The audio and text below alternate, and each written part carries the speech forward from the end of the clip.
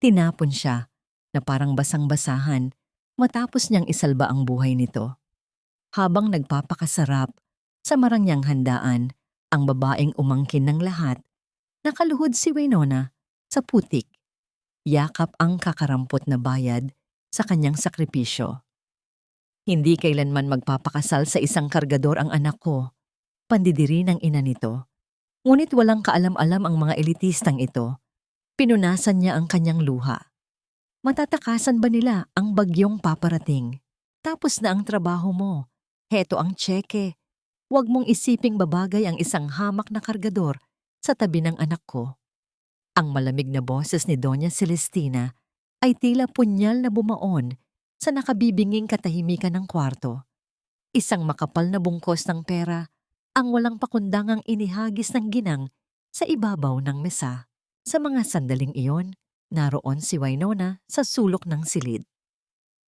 Ang kanyang malalaki at magagaspang na kamay na sanay sa pagbubuhat ng semento ay maingat na pinaplansa ang paboritong puting polo ni Elias. Ito ang polong isusuot sana ng binata bukas sa unang araw na susubukan nitong maglakad muli nang walang alalay. Dahan-dahan niyang hinahaplos ang kwelyo nito, tila kinakausap ang tela, umaasang mabibigyan nito ng lakas ang lalaking tahimik na natutulog sa kabilang kwarto dahil sa gamot na ipinainom ng mismong ina nito. Napatigil si Winona. Ang init ng plansa ay tila biglang gumapang patungo sa kanyang lalamunan. Naiwan itong tuyot at may mapait na lasa. Bumigat ang kanyang paghinga. Ang mga daliri niyang kaya umanong bumuhat ng mabibigat na yero ay biglang nawalan ng lakas. Nanginginig itong bumitaw. Dahan-dahang nahulog ang malinis na polo sa sahig. Hindi siya sumigaw. Walang luhang pumatak. Ngunit sa loob-loob niya, naramdaman niya ang pagkawasak ng isang pangarap na hindi man lang niya nabigyan ng pangalan. Tila isang salamin na unti-unting nababasag ang kanyang puso. Tinutusok ang bawat ugat sa kanyang dibdib. Ang silid na dating naging saksi sa mga mahihinang tawa at may init na yakap nila ni Elias ay biglang naging isang banyagang lugar. Ano pang tinutunganga mo dyan? Pagpapatuloy ni Doña Celestina na ang paningin kay Winona ay tila isang nakakadiring insekto na nakapasok sa kanyang malinis na mansyon. Kunin mo ang pera at umalis ka na bago pa magising si Elias. Ginawa mo lang siyang saklay noong lumpo pa siya. Pero ngayon, nakakatayo na ang anak ko. Hindi niya kailangan ng isang babaeng pagtatawanan lang ng buong lipunan kapag ipinakilala sa mga kaibigan namin. Bago pa man makasagot si Winona, bumukas ang pinto at iniluwa nito si Veronica. Ang balat nito ay makinis at maputi. Suot ang isang mamahaling bestida na amoy ng pinakapaboritong pabango ni Elias. Naglakad ito papalapit, tumingin sa sahig, at walang pag-aalinlangang tinapakan ng puting polo na nahulog ni Winona.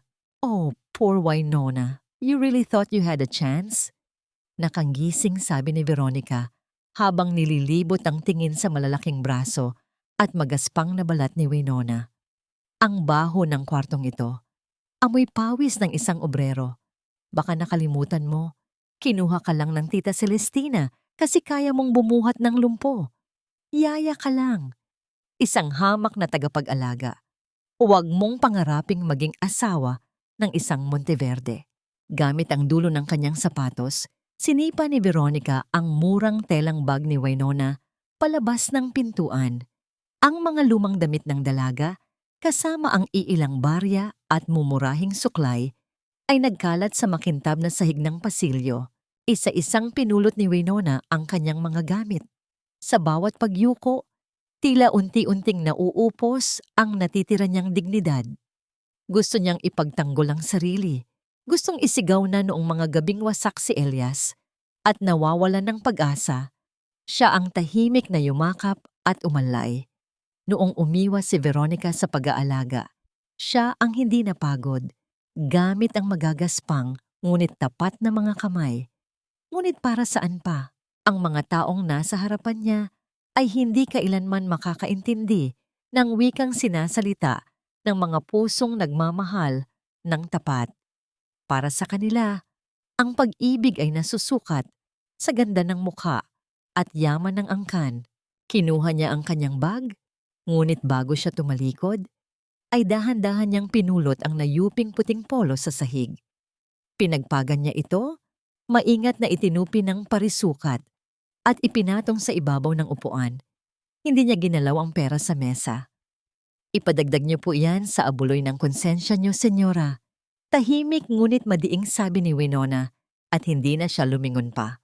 Naglakad siya palabas ng mansyon. Ang malamig at malakas na ulan ay agad na bumalot sa kanyang buong katawan. Bawat patak ng tubig mula sa kalangitan ay parang mga yelo na tumutusok sa kanyang balat. Ngunit mas malamig ang naramdaman niya sa kanyang dibdib. Lumingon siya paitaas sa bintana ng kwarto ni Elias. Nakapatay na ang ilaw.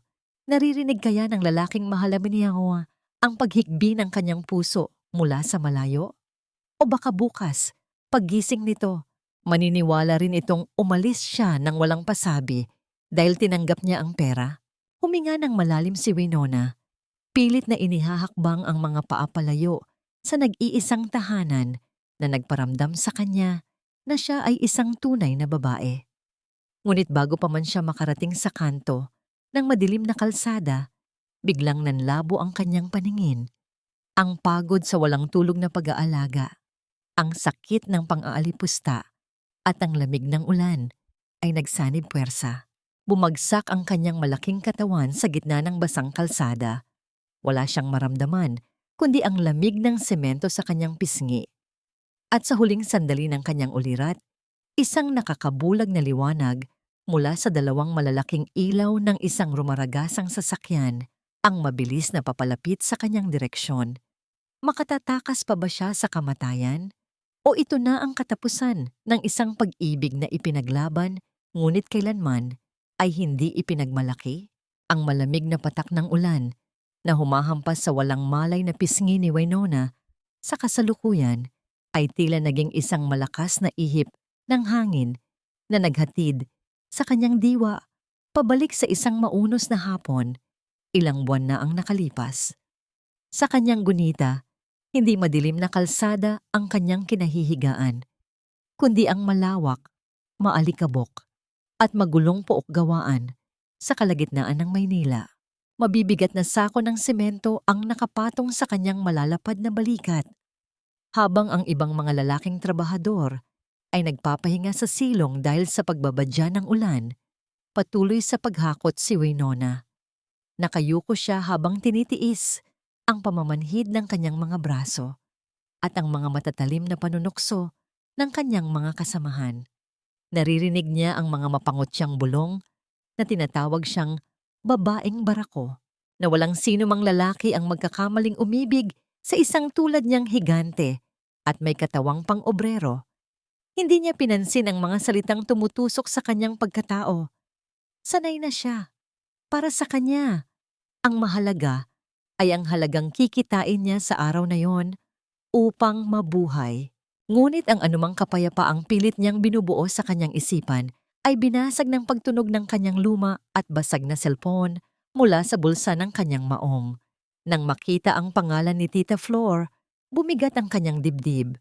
Pagsagot niya, agad sumalubong ang matinis na boses ng kanyang tiyahin. Walang pakundangang humihingi ng pera para pambayad sa natalong sugal. Nang subukan ni Winona na magmakaawa at sabihing kailangan niya ng pambili ng gamot para sa sariling ubo at lagnat, ginamit ng matanda ang pinakamalasong sandata nito. Isinumbat nito ang lahat ng utang na loob. Sinabing kung hindi dahil sa kanyang pagkakakupkop noong maulila si Winona, ay malamang matagal na itong nabubulok sa lansangan. Pinagbantaan siya nitong isusumpa kung hindi ipadadala ang kanyang kakarampot na sweldo. Walang nagawa si Winona kundi ang lumunok ng mapait at sumang-ayon habang pinipigil ang luhang nagbabadyang tumulo. Hindi nagtagal matapos ang tawag na yon, biglang lumakas ang simoy ng hangin. Dumilim ang kalangitan at bumuhos ang isang malakas na bagyo na hindi inasahan ng mga nakaduty na trabahador.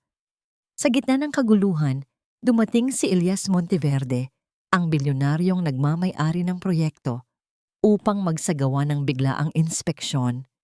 Ngunit sa isang iglap, ang walang awang hagupit ng hangin ay sumira sa balangkas ng pinakamalaking andamyo. Gumuho ang napakalaking istruktura ng bakal at semento. Nagsitakbuhan ang lahat papalayo upang iligtas ang kani-kanilang sarili mula sa tiyak na kamatayan. Nang lumingon si Winona, nanlaki ang kanyang mga mata nang makita niyang naiwan sa ilalim ng mga guho si Elias na daganan ang mga binti ng isang napakabigat na blok ng semento. Walang inhenyero o gwardya ang nag-isip na balikan ang kanilang boss. Ngunit si Winona, gamit ang lakas na madalas pandirihan ng lipunan, ay sumugod sa gitna ng rumaragasang unos. Walang pag-aalinlangan niyang ipinasok ang kanyang mga kamay sa ilalim ng magaspang na semento. Ramdam niya ang paghiwa ng mga matutulis na bato sa kanyang balat, ang pag-agos ng mainit na dugo mula sa kanyang mga palad. Ngunit hindi niya binitawan ang bigat.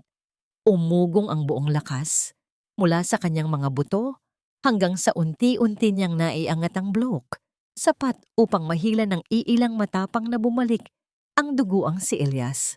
Nang mailabas si Elias mula sa guho, kapwa sila nakaluhod sa putikan. Duguan ang binti ng lalaki at unti-unti nang nawawalan ng malay dahil sa dami ng nawalang dugo. Walang anumang malinis na kagamitan sa paligid. Mabilis na pinunit ni Winona ang dulo ng kanyang sariling uniforme. Ang mumurahin at punong-puno ng putik na damit at mahigpit itong itinali sa sugat ng bilyonaryong nakasuot ng mamahaling Amerikana. Hindi niya ininda ang sariling mga sugat na kumikirot sa bawat paggalaw. Ang tanging nasa isip niya ay ang mapanatiling tumitibok ang puso ng lalaking nasa kanyang harapan. Ang alingaw-ngaw ng ulan at sirena ng ambulansya noong araw na yon ay tila nagdugtong sa nakaraan at sa kasalukuyan. Ilang oras matapos ang trahedya sa Pook-Gawaan, dahan-dahang iminulat ni Elias ang kanyang mga mata sa loob ng isang tahimik at maputing silid ng ospital. Sa kanyang tabi ay agad na nag-unahan sa paglapit ang kanyang inang si Doña Celestina at ang nobabyang si Veronica. Parehong nakasuot ng magagarang damit, kapwa nag-iiyakan at nagpapahayag ng labis na pag-aalala. Ngunit nang makabawi siya ng paningin at maramdaman ang pamamanhid ng kanyang mga binti, hindi sa dalawang babae nakatuon ang pansin ng bilyonaryo. Nilampasan ng kanyang malamig na tingin ang kanyang ina at nobya. Dumapo ang kanyang mga mata sa madilim na sulok ng silid malapit sa pintuan. Naroon si Winona, nakayuko, tahimik na nagtatago ng kanyang malalaki at magagaspang na kamay na ngayon ay nababalot ng makakapal na benda na patuloy na tinatagos ng sariwang dugo. Ang mga sumunod na linggo sa loob ng mansyon ng mga Monteverde ay naging isang madilim na bangungot. Ang silid ng bilyonaryong si Elias ay tila naging isang kulungan ng isang sugatang halimaw. Halos gabi-gabi ay nagigising ang buong kabahayan sa ingay ng mga nagliliparang kagamitan, mga mamahaling porselanang binabasag sa pader, at ang mapait na sigaw ng isang lalaking dating hawak ang mundo, ngunit ngayoy pinagkaitan ng kakayahang makatayo. Dahil sa pansamantalang pagkalumpo, ang dating kalmado at luhikal na Elias ay nilamon ng matinding galit at pagkasuklam sa sarili. Itinaboy niya ang lahat ng doktor at nurse na sumubok lumapit sa kanya. Sa labas ng pinto ng madilim na silid, nakatayo si Veronica habang palihim na may kausap sa kanyang cellphone. Ang kanyang magandang muka ay nababakas ng matinding pandidiri habang mahigpit na nakatakip ang isang panyo sa kanyang ilong. "I can't take this anymore." Pabulong ngunit madiing reklamo ni Veronica sa kabilang linya. "Amoy gamot at ihi ang buong kwarto. Hindi ko kaya ang ganitong buhay. He is practically a cripple now." "Oo, i-book mo na ang flight ko papuntang Paris ngayon din. I will just tell Tita Celestina that it's an emergency business trip para sa kumpanya. Wala akong pakialam, basta ilayo mo ako rito." Pagkababa ng tawag, mabilis na pinunasan ni Veronica ang kanyang mga mata upang magkunwaring umiiyak. Sinalubong niya ang nag-aalalang si Doña Celestina at ginamit ang kanyang husay sa pag-arte. Nagdadahilang kailangan niyang isakripisyo ang pag-aalaga kay Elias upang isalba ang bumabagsak na shares ng kanilang kumpanya sa Europa. Walang nagawa ang ginang kundi ang panoorin ang pag-alis ng kaisa-isang babaeng inaasahan niyang mag-aalaga sa kanyang anak. Dahil sa sunod-sunod na pag-alis ng mga bayarang tagapag-alaga na hindi makatiis sa pananakit at pag-aalboroto ni Elias, napilitan si Doña Celestina na lisanin ang kanyang marangyang mundo upang magtungo sa putikan ng mga squatting. Isang makapal na sobre ng pera ang walang pakundangang inilapag ng ginang sa ibabaw ng sira-sirang mesa sa loob ng masikip na inuupahan ni Winona. Walang sino mang nurse ang nakakatagal sa ugali ng anak ko ngayon. Malamig na utos ni Doña Celestina habang inililibot ang tingin sa dumi ng paligid. Kailangan niya ng taong magbubuhat sa kanya papunta sa banyo, sa kama at sa wheelchair. Sanay kang magbuhat ng mabibigat na semento, hindi ba? Ikaw ang gagawa ng trabahong ito. Dahil sa laki at dambuhala mong yan, alam kong kaya mo. Bilang kapalit, babayaran ko ang lahat ng utang ng magaling mong tiyahe na patuloy na nagpapahirap sa buhay mo. Wala nang pagpipilian si Winona. Ang sunod-sunod na pagbabanta ng mga pinagkakautangan ni Tita Flor ay nakaumang na sa kanyang leeg. Kinagat niya ang kanyang ibabang labi at tinanggap ang alok. Pilit na ibinabaon ang sariling dignidad para sa kaligtasan ng pamilyang walang ginawa, kundi ang sipsipin ang kanyang lakas. Kinabukasan, tumambad kay Winona ang nakapapasong lamig ng aircon at ang nakasusuyang amoy ng alak na hinaluan ng gamot pagkapasok niya sa madilim na kwarto ni Ellis. Nakasara ang lahat ng kurtina. Sa gilid ng kama, nakaupo sa kanyang wheelchair si Elias. Magulo ang buhok at nalilisik ang mga mata. Pagkakita sa pagpasok ng isang pamilyar, ngunit ayaw niyang makitang bulto ng tao, pinulot ng binata ang isang basong salamin sa kanyang tabi at walang pag-aalinlangang ibinato ito sa direksyon ni Winona. Ang baso ay mabilis na lumipad sa hangin at matinding tumama sa gilid ng noo ng dalaga bago ito bumagsak at nagkadurog-durog sa malamig na sahig. Unti-unting gumapang pababa ang mainit at pulang likido mula sa pisngi ni Winona. Ngunit hindi siya sumigaw. Walang bahid ng takot o gulat sa kanyang mga mata. Hindi siya umatras ni isang hakbang. Sa halip, tahimik siyang naglakad palapit at lumuhod sa harapan ng bilyonaryo. Gamit ang kanyang mga kamay na walang anumang proteksyon, dahan-dahan niyang pinulot ang matutulis na bubog sa sahig. Ang kanyang magaspang na balat ay muling nahiwa ng mga salamin, dumudugo at humahalo sa dumi. Ngunit wala siyang inindang sakit. Sanay na ang kanyang katawan sa sugat. Mas masakit ang mga salitang araw-araw niyang naririnig mula sa mundo. Natigilan si Elias.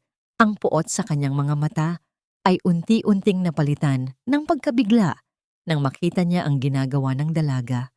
"Bakit ka nandito?" Nanginginig, ngunit galit na sigaw ni Elias. Pilit na itinatago ang pagkapahiya sa sariling kahinaan. "Umalis ka! Hindi ko kailangan ng awa ng isang tulad mo.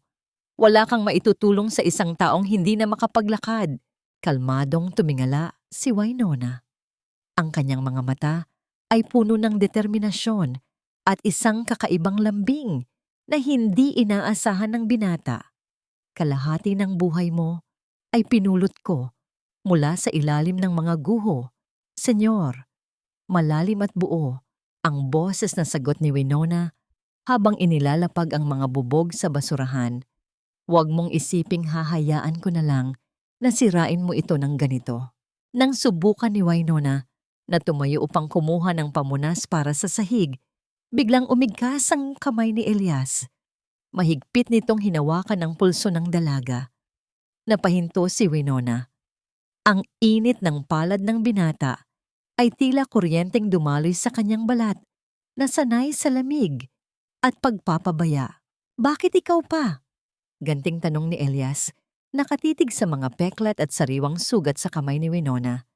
Ang kanyang boses ngayon ay basag, puno ng pighati at pagkalito. Bakit kailangang isang hamak na obrero pa ang makakita sa akin sa ganitong kalagayan? Ang higpit ng hawak sa kanyang pulso ay nagdala ng panibagong kaba sa dibdib ni Winona, isang pakiramdam na tanging ang lalaking ito lamang ang nakapagbibigay. Lumipas ang mga araw sa loob ng mansyon na tila isang mabagal at tahimik na prosesyon. Ang dating nakasusuyang amoy ng matapang na alak at gamot sa loob ng silid ni Elias ay unti-unting napalitan ng amoy ng murang sabon at malinis na pawis. Ang tanging naiwang bakas ni Winona sa bawat sulok na kanyang linisan. Tuwing umaga, isang tahimik na ritual ang namamagitan sa kanila. Dahan-dahang inilalapit ni Winona ang kanyang sarili sa gilid ng kama upang ilipat ang bilyonaryo patungo sa wheelchair. Ipinupulupot niya ang kanyang malalapad at matitibay na braso sa likuran at ibaba ng mga hita ni Elias. Walang anumang bakas ng pag-aalinlangan o pandidiri sa kanyang mga galaw. Sa unang pagkakataon, matapos ang aksidente, naramdaman ni Elias na hindi siya isang pabigat. Ang mga babaeng nakilala niya sa kanyang marangyang mundo, kabilang na si Veronica, ay palaging nangangailangan ng kanyang alalay. Ngunit sa mga bisig ng babaeng ito na tinatawag ng lipunan na halimaw at barako, natagpuan niya ang isang kakaibang pakiramdam ng kaligtasan. Ang init ng balat ni Winona na tumatagos sa manipis nitong damit ay nagbibigay ng pamilyar na kapanatagan sa malamig at manhid na katawan ni Elias. Sa pagsapit ng hapon, sinisimulan ni Winona ang pisikal na therapy para sa mga binti ng binata. Bahagyang nakabukas ang mga kurtina upang papasukin ang sinag ng araw. Tahimik na nakaupo si Winona sa isang maliit na bangko, buong ingat na minamasahe ang mga nanigas na kalamnan ni Elias. Ang kanyang mga palad na puno ng kalyo at magaspang dahil sa matagal na pagbubuhat ng semento ay dumadampi sa maputlang balat ng bilyonaryo. Sanay akong magmasahe ng malamig na semento, senyor. Mahinang basag ang katahimikan mula kay Winona. Ang kanyang paningin ay nakapako sa kanyang ginagawa upang itago ang hiya. Pasensya na po kung masyadong magaspang ang mga kamay ko. Baka nasusugatan ko na ang balat ninyo. Isang malalim na buntong hininga ang pinakawalan ni Elias habang pinagmamasdan ang pawis na namumuo sa noo ng dalaga. It is fine, Winona. Huwag mong baguhin ang ginagawa mo. Sa totoo lang, iyan ang unang beses na may naramdaman akong totoo mula nang magising ako sa ospital na ito. Ang mga salitang iyon ay nagbigay ng kislap ng pag-asa kay Elias, dahilan upang bigla siyang lamunin ng pagmamadali.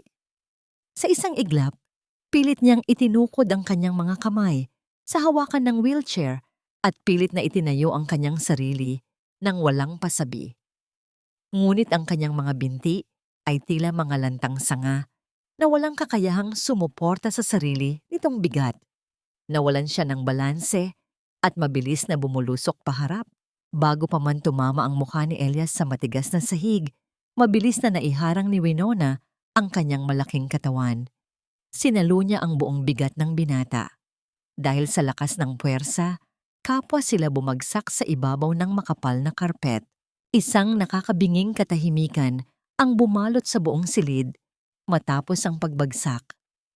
Nakadagan si Elias sa ibabaw ni Winona. Ang kanyang ulo ay nakapantay sa dibdib ng dalaga.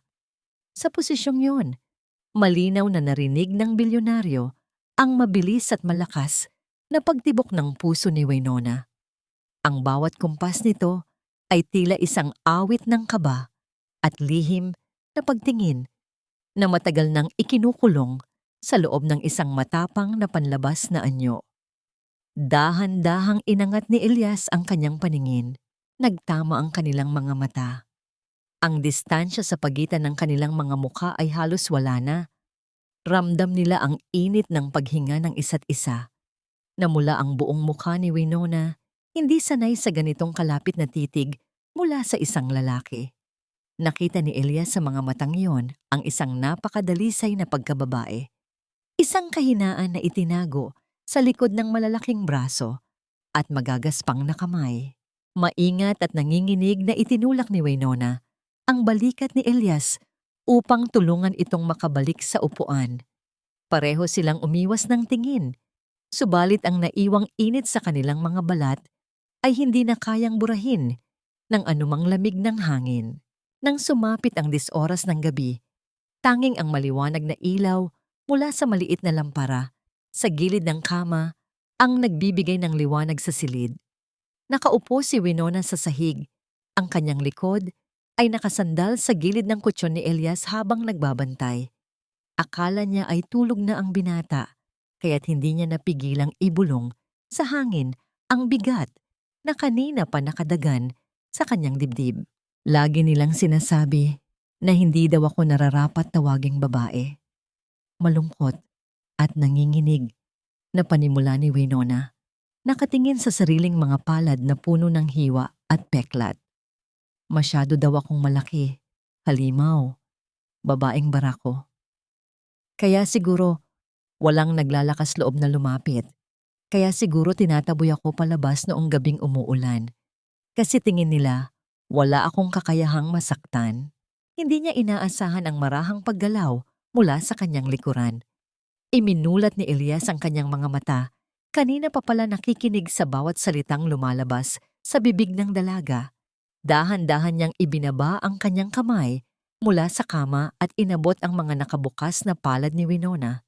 Huwag mong pakinggan ang mga bulag na taong nakapaligid sa atin, Winona. Malalim at tapat na sagot ni Elias. Ang kanyang boses ay tila isang mainit na yakap sa nanlalamig na kaluluwa ng dalaga. Sa mundong ito na puro panlilin lang at pagpapanggap, ang mga kamay na yan ang pinakamatapat na nakilala ko. Sa ilalim ng malabong liwanag, ginamit ni Elias ang kanyang hinlalaki upang marahang haplusin ang isang mahabang peklat na nakaguhit sa gitna ng palad ni Winona. Ang mismong peklat na nakuha niya noong iligtas niya ang bilyonaryo mula sa gumuhong semento. Ang dampi ng daliri ni Elias ay puno ng paggalang at pag-ibig na kailanman ay hindi naranasan ni Winona. Para sa akin, patuloy ni Elias, hindi inilalayo ang kanyang paningin sa mga mata ng dalaga na ngayon nangingilid ang luha. Ang mga kamay na ito ang pinakamaganda sa buong mundo. Isang patak ng luha ang nakawala mula sa mga mata ni Winona. Sa unang pagkakataon, sa buong buhay niya, naramdaman niyang siya ay sapat. Naramdaman niyang siya ay maganda.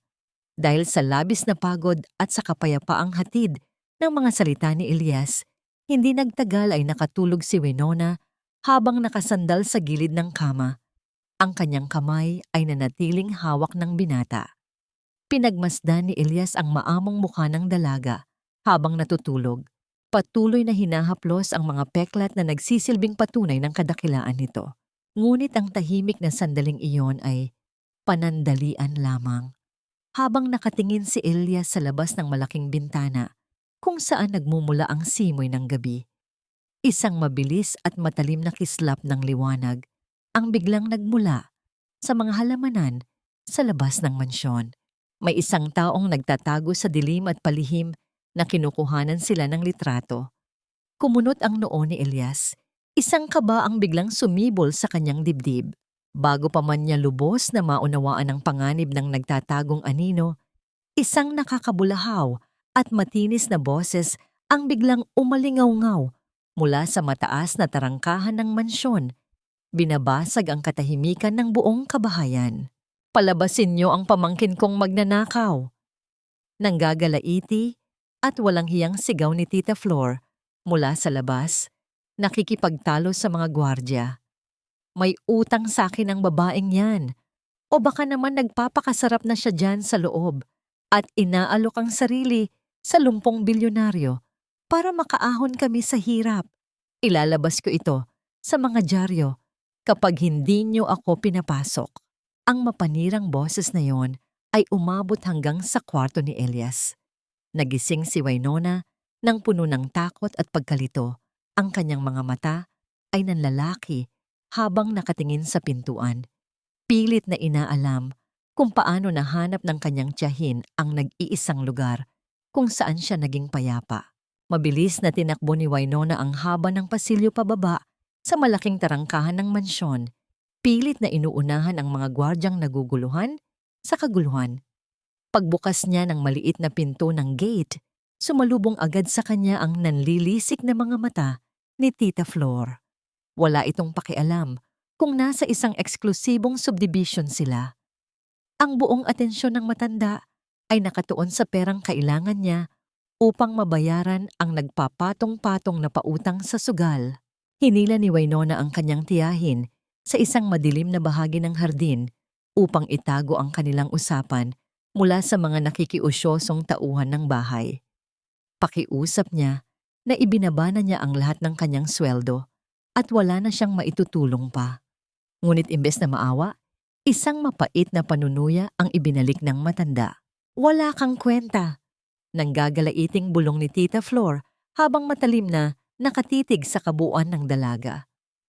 Ang laki-laki mong babae, dambuhala ka, pero ang liit ng pakinabang mo. Huwag mong sabihing nag-iilusyon kang papatulan ka ng bilyonaryong alaga mo, kaya nagpapakabait ka rito? Mukha kang kapre, Winona. Hanggang tagapag-alaga ka lang. Kaya huwag kang magmaramot sa pamilyang kumupkop sa'yo. Bawat salita ay tila mga aspiling itinutusok sa mismong kaluluwa ni Winona. Yumuko na lamang siya. Sanay na sa ganitong uri ng pagmamalupit at tahimik na ibinuhos ang laman ng kanyang lumang pitaka, ilang barya at gusot na perang papel na itinabi sana niya para sa sariling mga gamot. Padabog itong hinablot ni Tita Flor bago tuluyang umalis. Iniwan ang dalagang nakatayo sa dilim. Pakiramdam ay isa siyang basahan na piniga hanggang sa mawalan ng silbi. Ngunit hindi niya alam, mula sa itaas ng balkonahe, nakatayo si Doña Celestina. Dinig na dinig ng matapobreng ginang ang bawat mapanirang salita ng tiyahin. Sa halip na makaramdam ng awa sa kaawa-awang kalagayan ng dalaga, isang malamig at mapanghamak na ngiti ang gumuhit sa labi ng ina ni Elias.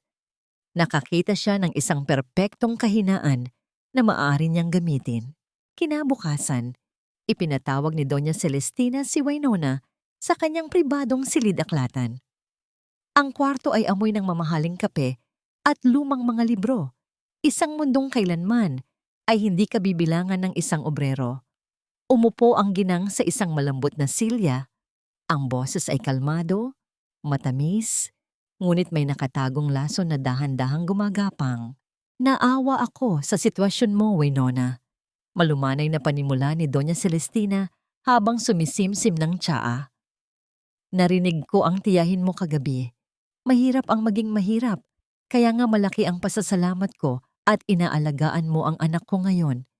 Pero iha, let us be realistic. Nakikita ko ang mga titig mo sa kanya at nakikita ko rin ang pagbabago niya kapag nandyan ka.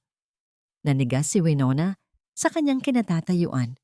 Ibinaba ng ginang ang tasa at tumitig ng direkta sa mga mata ng dalaga. Kung talagang may pagpapahalaga ka sa anak ko, hindi mo siya hahayaang maging katatawanan ng buong Maynila. Pagpapatuloy ng ginang, ginagamit ang pinakamasakit na uri ng panlilinlang sa isipan. A billionaire and a construction worker? Isang lalaking tinitingala sa lipunan, ipaparada ang isang babaeng. Ganyan ang itsura, iisipin nilang nasira na ang ulo ng anak ko dahil sa aksidente. Ang pag-ibig, Winona, ay marunong magsakripisyo. A real woman would step back to protect the man she loves. Gusto mo bang ikaw ang maging dahilan ng panghabang buhay niyang kahihiyan? Pompa? Ang mga salitang iyon ay hindi sumigaw, ngunit dinurog nito ang anumang natitirang tiwala sa sarili ni Winona. Ang laso ng hiya ay matagumpay na naitanim sa kanyang dibdib.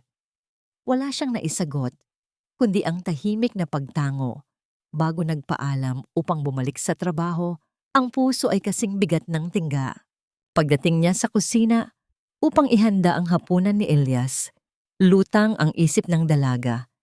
Hindi niya napansin ang isa sa mga tagapagsilbi na matagal nang naiinggit sa atensyong ibinibigay ng bilyonaryo sa kanya. Hawak ng babaeng ito ang isang takurin ng bagong kulong tubig na ilalagay sana sa lalagyan ng kape. Sa isang sinadyang maling hakbang, ibinuhos ng tagapagsilbi ang mainit na tubig ng direkta sa nakatsinelas na paa ni Winona. Ang nakapapasong init ay agad na tumago sa balat ni Winona. Namula at nagsimulang mamaltos ang kanyang paa. Nakagat niya ng napakadiin ang kanyang ibabang labi upang pigilan ang isang malakas na sigaw. Ayaw mag-iskandalo sa loob ng bahay ng mga Monteverde. Sinundan ito ng mapangutyang nangisi ng tagapagsilbi. Ngunit ang hindi nila inaasahan ay ang tahimik na pag-ikot ng mga gulong ng isang wheelchair papasok sa kusina. Nakita ni Elias ang buong pangyayari, ang sinadyang pananakit at ang pagpipigil ng luha ni Winona. Tila isang natutulog na bulkan na biglang sumabog ang galit ni Elias.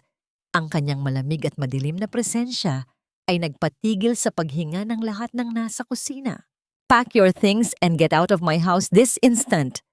Umuugong at puno ng awtoridad na utos ni Elias sa nanginginig na tagapagsilbi. Nang subukang magmakaawa ng babae at sabihing aksidente lamang iyon, mas lalong nagdilim ang mukha ng bilyonaryo.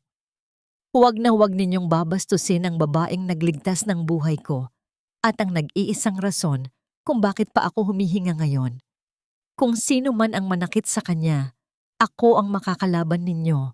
Lumayas ka." Mabilis na pinunasan ni Winona ang kanyang mga mata habang nilalapitan siya ni Elias. Gamit ang sariling mga kamay na hindi na ininda kung mababasa o madudumihan, maingat na inilayo ng binata ang napasong paa ni Winona mula sa mainit na tubig sa sahig at inutusan ng ibang katulong na kumuha ng yelo at gamot. Sa mga sandaling iyon, naramdaman ni Winona na siya ay isang prinsesang ipinagtatanggol ng isang hari, kahit pa nakaupo lamang ito sa isang silya de rueda. Nang gabing iyon, matapos magamot ang paa ni Winona, inihain ang hapunan sa loob ng kwarto ni Elias.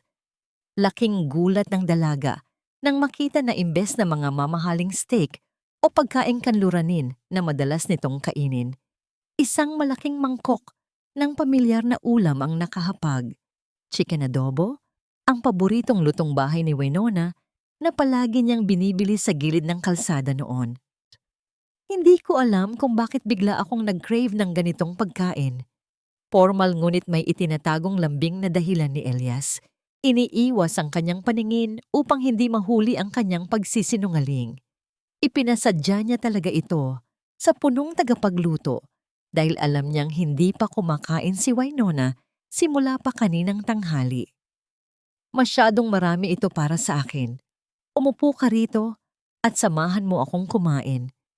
Ayoko nang may nasasayang na pagkain sa pamamahay na ito." Kahit ramdam pa rin ang hapdi sa kanyang paa at ang bigat ng mga salita ni Doña Celestina, hindi napigilan ni Winona na mapangiti. Ang maliit at matalinong paraan ng lalaking ito upang alagaan siya nang hindi ibinababa ang kanyang dignidad ay nagbigay ng init sa kanyang malamig na mundo. Tahimik silang kumain, magkaharap, nagbabahagi ng isang simpleng pagkain na sa pagkakataong yon ay mas masarap pa sa anumang mamahaling putahe sa buong mundo. Samantala, sa isang madilim na sulok ng malaking balkonahe sa kabilang bahagi ng mansyon, mahigpit na hawak ni Doña Celestina ang kanyang telepono. Ang kanyang mga mata ay matalim na nakatingin sa labas ng bintana habang hinihintay ang pagsagot ng taong nasa kabilang linya. "Veronica, darling." Malamig na bati niyang ginang nang marinig ang paghinga ng nobya ni Elias mula sa Europa. "I think you need to end your little vacation and come back home tomorrow.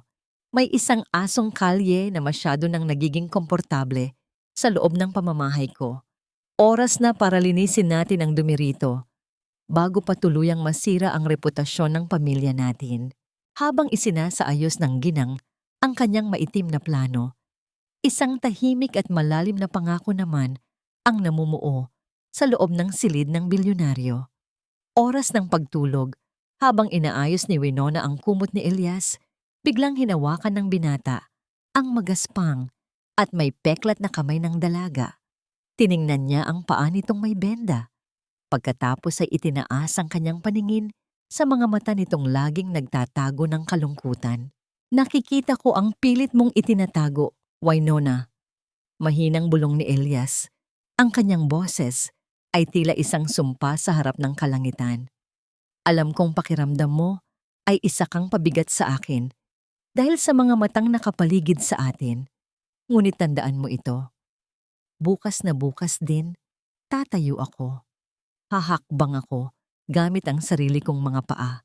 Hindi para sa sarili ko, hindi para sa kumpanya ko, kundi para patunayan sa kanilang lahat na ikaw ang aking lakas at kailanman ay hindi ka naging isang kahinaan.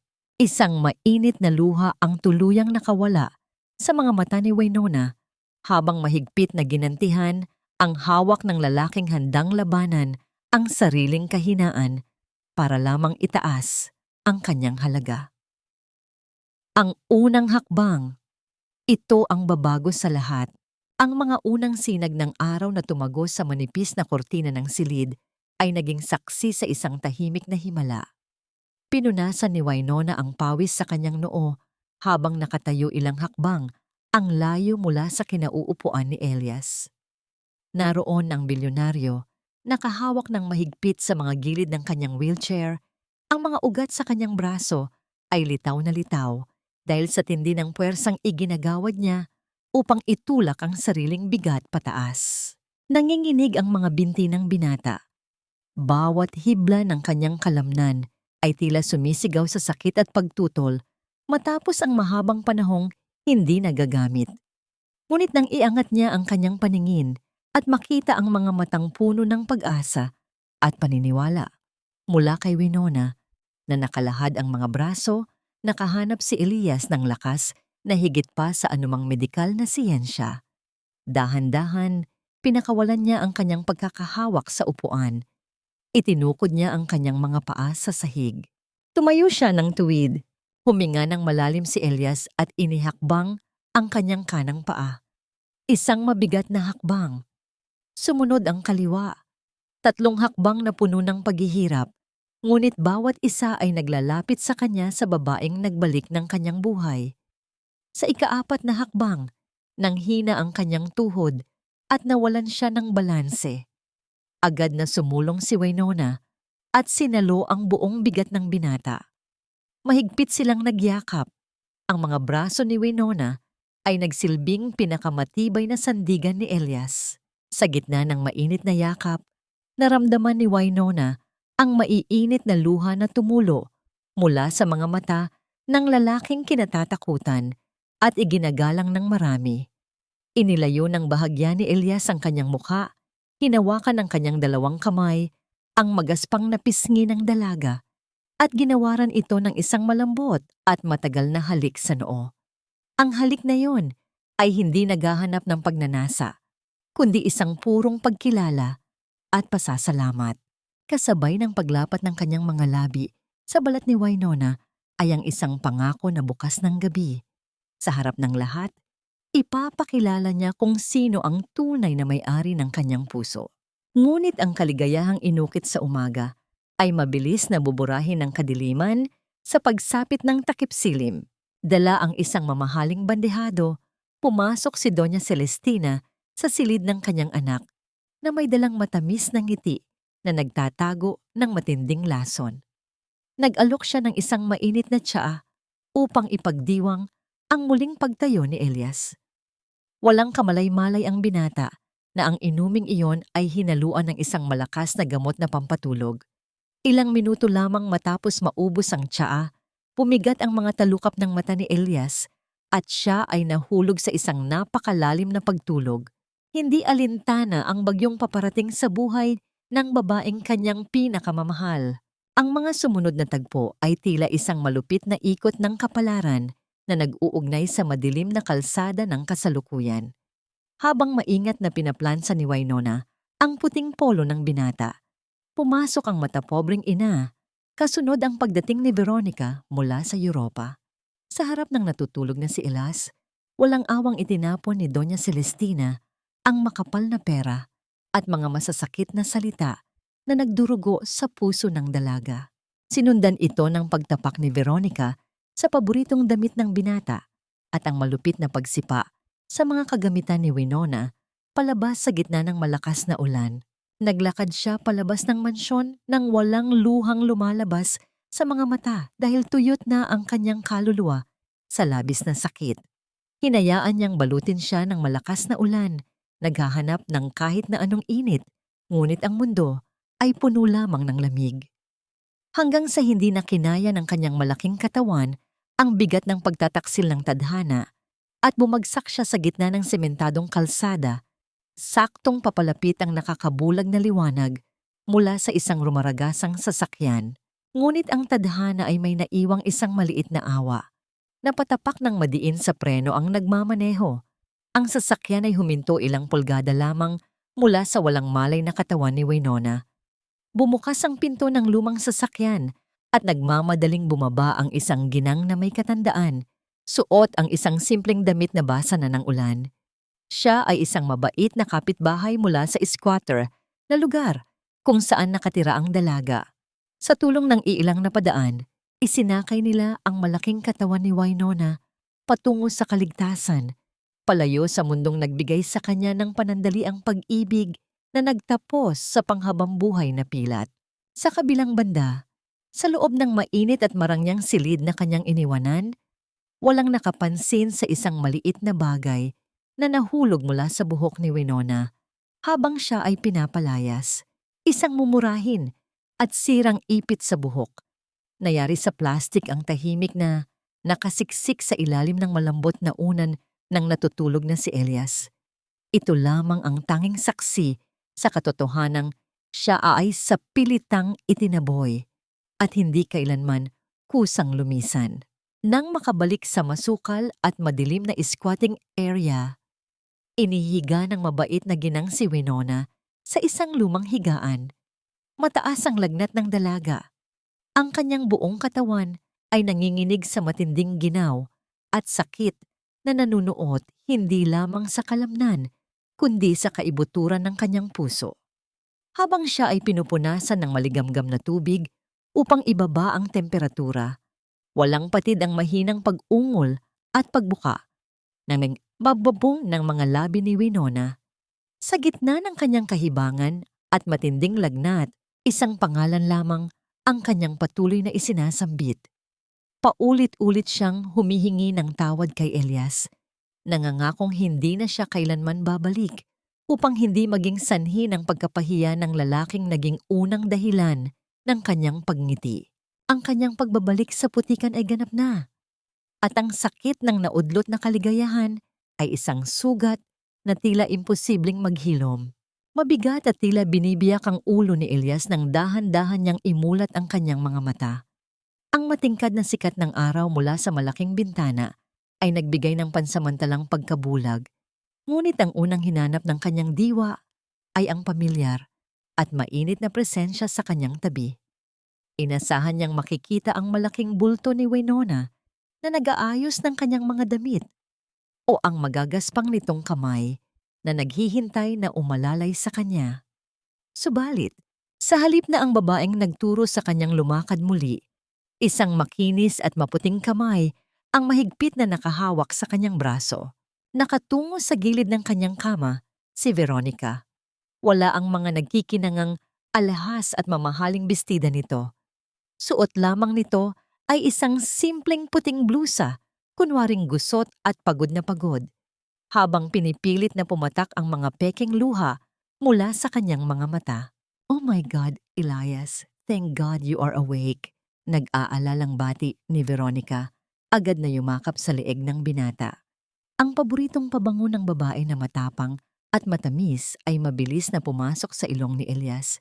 Isang amoy na biglang nagdulot ng pagduduwal sa kanyang sikmura. Inilayo ni Elias ang kanyang sarili, ang kanyang mga mata ay naguguluhan at naghahanap sa bawat sulok ng silid. Nasaan si Winona? Nasaan siya? Paos at seryosong tanong niya. Bago pa man makasagot si Veronica, Bumukas ang pinto at pumasok si Doña Celestina. Ang mukha ng matapobreng ginang ay inosente, puno ng pekeng awa at matinding pag-alala para sa kanyang anak. Lumapit ito at marahang hinaplos ang buhok ng binata. "I am so sorry, Elias." Malumanay at punong-puno ng pagkukunwaring panimula ng kanyang ina. "Umalis na ang babaeng yon kagabi habang natutulog ka. Pinili kong manahimik noong una dahil nakikita kong napamahal ka na sa tagapag-alaga mong yon. Pero hindi ko inasahang ganoon siya kasakim." Nilimas niya ang ilang mamahaling alahas sa vault, kinuha ang malaking pera at umalis. She left because she couldn't stand being with the cripple anymore. Pera lang ang habol niya sa atin. Tila tumigil ang pag-ikot ng mundo ni Elias. Kumunot ang kanyang noo, ang kanyang panga ay tumigas sa matinding pagtutol. "Hindi totoo yan. Hindi magnanakaw si Winona," mariin niyang sagot. Gamit ang pilit na lakas, mula sa kanyang nanginginig na mga binti, inalis ni Elias ang kumot at tumayo. Kahit hirap, inihakbang niya ang kanyang mga paa patungo sa aparador at banyo. Hinanap niya ang lumang bag ni Winona. Hinanap niya ang pamilyar na amoy ng murang sabon na palaging nakadikit sa balat ng dalaga. Ngunit wala. Ang buong silid ay umaamoy sa matapang na kemikal na panlinis. Walang naiwang kahit isang hibla ng buhok o bakas na minsan ay nanirahan doon. Ang babaeng nagligtas sa kanya. Ang buong kwarto ay tila dumaan sa isang masusing pagbura ng alaala. Lumapit si Veronica, humihikbi at pilit na inaako ang mga sakripisyong hindi naman niya ginawa. "Bakit ba siya pa rin ang hinahanap mo, Elias? I was the one who stayed with you all these times. Ako ang nagtiis sa ugali mo. Ako ang naglinis sa mga dumi mo, kahit nandidiri ako. Tapos isang hamak na obrero na ninakawan ka pa ang iisipin mo. How could you be so blind?" Bawat salitang lumalabas sa bibig ng dalawang babae ay tila lasong pilit na isinusubo sa kanyang isipan, isang malupit na pagmamanipula upang pagdudahan na niya ang kanyang sariling katinuan. Ngunit huminto si Elias sa gitna ng kwarto. Ipinikit niya ang kanyang mga mata at walang malay na inilapat ang kanyang kanang kamay sa tapat ng kanyang dibdib.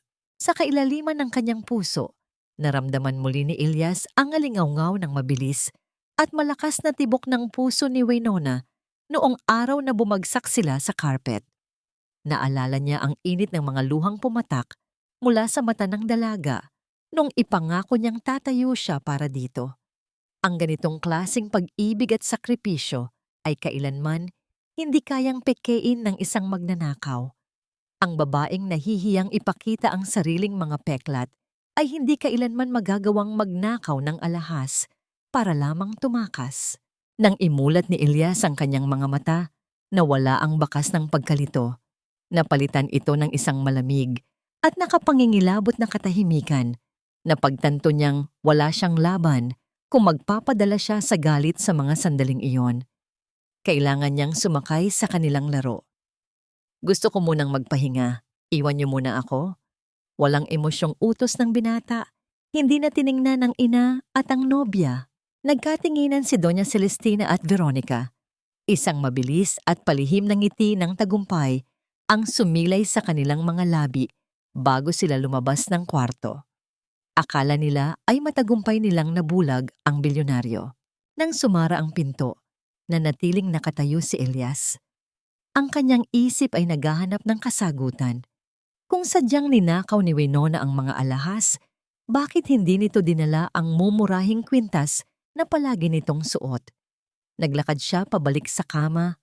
Ang kanyang mga kamay ay mabigat na napahawak sa unan. Nang hilahin niya ito, nang bahagya upang umupo, may isang matigas na bagay na tumama sa kanyang palad mula sa ilalim ng kutsyon. Kinuha niya ito at tiningnan ng malapitan. Ito ay ang sirang ipit sa buhok ni Winona, yari sa murang plastik, at nahati sa dalawa. Pamilyar siya rito dahil ito ang palaging ginagamit ng dalaga upang itali ang makapal nitong buhok tuwing pinupunasan siya nito. Ang pagkakabali ng ipit ay hindi sinasadya. Ito ay tanda ng pagpupumiglas. Isang ebidensya na hindi kusang umalis si Winona. Siya ay kinaladkad at pinilit na itaboy ng walang kalaban-laban. Mahigpit na ikinuyom ni Elias ang kanyang kamao habang hawak ang sirang ipit. Ang mga kuko ay bumaon sa kanyang palad hanggang sa mamuti ang kanyang mga buko. Ang mansung nangiki na pilit ibinalot ng kanyang ina ay tuluyang napunit. Ang galit sa kanyang puso ay nagalab, hindi upang sumabog, kundi upang tahimik na sunugin ang lahat ng mga taong nanakit sa nag-iisang babaeng minahal niya. Ilang araw ang lumipas bago tuluyang bumaba ang nakamamatay na lagnat ni Winona. Nang imulat niya ang kanyang mga mata, bumangon siya mula sa lumang higaan na tila isang sundalong sugatan na pilit inaayos ang sariling baluti upang harapin muli ang malupit na mundo. Ibinabaon niya ang sakit sa pinakasulok ng kanyang dibdib. Ikinukulong ang mga alaala ng mansyon at ang init ng mga yakap ni Elias. Bumalik siya sa pagiging isang hamak na obrero sa pantalan, nagbubuhat ng mga mabibigat na sako at kahon sa ilalim ng tirik na araw. Bawat patak ng kanyang pawis ay nagdadala ng luhang pilit niyang itinatago mula sa mga taong patuloy na humusga sa kanyang malaking katawan. Ngunit ang kanyang maliit na kinikita ay hindi sapat upang punan ang walang hanggang pagkagahaman ng kanyang tiyahin. Isang hapon, pag-uwi ni Winona na pagod at puno ng alikabok, sinalubong siya ng nag-uusok na galit ni Tita Flor. Ibinato ng matanda ang maliit na sobrang naglalaman ng kanyang sweldo sa mismong mukha ng dalaga. Ano to? Barya? Nanggagalaiting bulyaw ni Tita Flor, dinuduro ang mukha ni Winona. Pinakain at kinupkop kita simula pagkabata. Tapos ito lang ang ibabayad mo sa akin. Akala ko ba nakabingwit ka na ng bilyonaryo? Pabigat ka. Wala kang silbi. Lumayas ka sa pamamahay ko. Hindi ko kailangan ng isang dambuhalang walang pakinabang. Walang salitang lumabas sa bibig ni Winona. Tahimik niyang inimpake ang kanyang iilang lumang damit at tinanggap ang pait ng pagpapalayas. Hindi siya lumaban dahil alam niyang ang tunay na lakas ay hindi nasusukat sa pagganti sa mga taong walang kakayahang umunawa. Nilisan niya ang bahay ng kanyang tiyahin at humanap ng isang inabandonang espasyo sa dulo ng squatting area na maaari niyang gawing pansamantalang silungan. Sa kanyang pananatili sa pinakamahirap na bahagi ng komunidad, nasaksihan ni Winona ang iba't ibang anyo ng pagdurusa. Nakikita niya ang mga babaeng may pasa sa mukha, mga inang umiiyak sa gilid ng kalsada dahil sa pananakit ng kanilang mga asawa. Ang mga babaeng ito ay maliliit, mahihina at walang boses. Sa mga sandaling iyon, napagtanto ni Winona ang tunay na layunin ng kanyang pisikal na lakas. Ang katawang tinawag ng lipunan na halimaw ay maaaring maging isang matibay na kalasag. Ginamit niya ang bakanteng lote upang magsimula ng isang libreng klase ng pagtatanggol sa sarili para sa mga kababaihan sa kanilang lugar. Tuwing hapon, tinuturuan niya silang pumalag, sumuntok at protektahan ang kanilang mga sarili. Ginamit niya ang kanyang karanasan sa mabibigat na trabaho upang ituro kung paano maging matatag at hindi maging biktima ng pang-aabuso. Sa pamamagitan ng pagtulong sa iba, dahan-dahang naghilom ang sariling sugat sa kanyang puso. Isang araw, habang nag-aayos siya ng mga lumang gulong na ginagawa nilang harang, isang malakas na ihip ng hangin ang naglipad ng isang pahayagan patungo sa kanyang paanan. Pagyuko niya upang pulutin ito, tila huminto ang pag-ikot ng kanyang mundo. Sa pinakaharap na pahina ay nakapaskil ang isang malaking litrato ni Elias. Nakatayo ng tuwid, suot ang isang mamahaling suit at may matamis na ngiti sa labi habang nakahawak sa bewang ni Veronica. Ang malaking titulo sa balita ay pumasok sa kanyang isipan na parang matatalim na pako. Bilyonaryong si Elias Monteverde, ganap ng nakapaglakad, nakatakdang ikasal sa tagapagmana na si Veronica Salazar. Kusang nanigas ang mga daliri ni Winona lukot ang mga gilid ng pahayagan. Kinagat niya ang kanyang ibabang labi upang pigilan ang hikbi na nagbabadyang kumawala sa kanyang lalamunan. Tinupad ng lalaki ang kanyang pangako. Nakatayo na ito at nakapaglakad.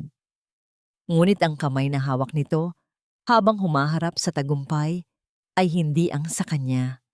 Isang tahimik at malalim na pagtanggap ang bumalot sa kanyang pagkatao. Marahil, iyon na ang hangganan ng kanilang kwento. Nabalik lamang ang diwa ni Winona sa kasalukuyan nang maramdaman niya ang panginginig ng isang babaeng estudyante sa kanyang tabi. Ang babae ay isang inang madalas bugbugin ng asawa, payat, at puno ng pasa ang braso. Hindi nito makayanang itaas ang sariling mga kamay upang bumuo ng depensa dahil sa labis na takot at pagkawala ng tiwala sa sarili. Ibinaba ni Winona ang pahayagan at buong lambing na nilapitan ng babae. Dahan-dahan niyang hinawakan ang nanginginig at manipis na kamay nito. Ipinulupot ang kanyang malalaki at magagaspang na daliri rito upang bigyan ito ng init at tapang. Kaya mo ito, mahinang bulong ni Winona. Ang kanyang mga mata ay nag-uumapaw sa sinseridad. Ngumingiti upang palakasin ang loob ng babae. Ang lakas mo ay napakaganda. Huwag na huwag kang yuyuko sa sino mang magsasabi na ikaw ay mahina. Ang ating halaga ay hindi nasusukat sa kung paano tayo tratuhin ng iba, kundi sa kung paano natin kayang itayo ang ating sarili. Ang mga salitang yon ay hindi lamang para sa babaeng kaharap niya, kundi isang paalala sa kanyang sariling sugatang puso. Nang sumapit ang gabi at nagsiuwian na ang mga kababaihan, na iwang mag-isa si Winona upang ayusin ang lugar, hindi niya napansin ang isang figura ng lalaking nakasuot ng itim, na kanina pa tahimik na nagmamasid mula sa aninon ng isang malaking puno. Ang mga mata nito ay nakatutok sa bawat galaw niya, naghihintay ng tamang pagkakataon. Nang maglakad na si Winona pauwi sa isang madilim at makipot na eskinita, ang lalaking nakaitim ay humakbang palabas mula sa dilim. Sa ilalim ng liwanag ng isang sirang poste ng ilaw, gumuhit ang isang nakasisilaw na kislap ng patalim mula sa kamay ng estranghero. Walang anumang pasabi, mabilis na sumugod ang anino, idiniretso ang malamig at matulis na bakal patungo sa direksyon ng walang laban na dalaga. Ang matalim at malamig na bakal ay mabilis na humiwa sa hangin, nakatutok ng direkta sa dibdib ni Winona. Ngunit sa halip na sumigaw, manigas sa takot o umatras, mabilis na kumilos ang kanyang katawan. Ang mga gabing ginugol niya sa pagtuturo ng pagtatanggol sa sarili ay nagbunga. Bahagya siyang umiwas sa atake at mabilis na hinawakan ang pulso ng estranghero. Gamit ang kanyang malakas na braso na nahasa sa pagbubuhat ng semento, malakas niyang inikot ang braso ng lalaki hanggang sa mapadaing ito sa sakit. Ang malamig na bakal ay tuluyang kumawala mula sa kamay ng salarin at dumausdos sa magaspang na semento. Walang awang idinaga ni Winona ang kanyang tuhod sa likuran ng lalaki. Ipinipit ito sa lupa. Nang tumapat ang mukha nito sa liwanag ng poste, kumunot ang noo ng dalaga. Hindi ito isang simpleng magnanakaw sa kanto. Nakilala niya ang matalim na mga mata nito. Ito ang mismong lalaking nakita niyang kahina-hinalang nagmamasid at nag-iikot malapit sa pundasyon ng malaking andamyo ilang oras bago ito bumagsak at muntik nang pumatay kay Elias.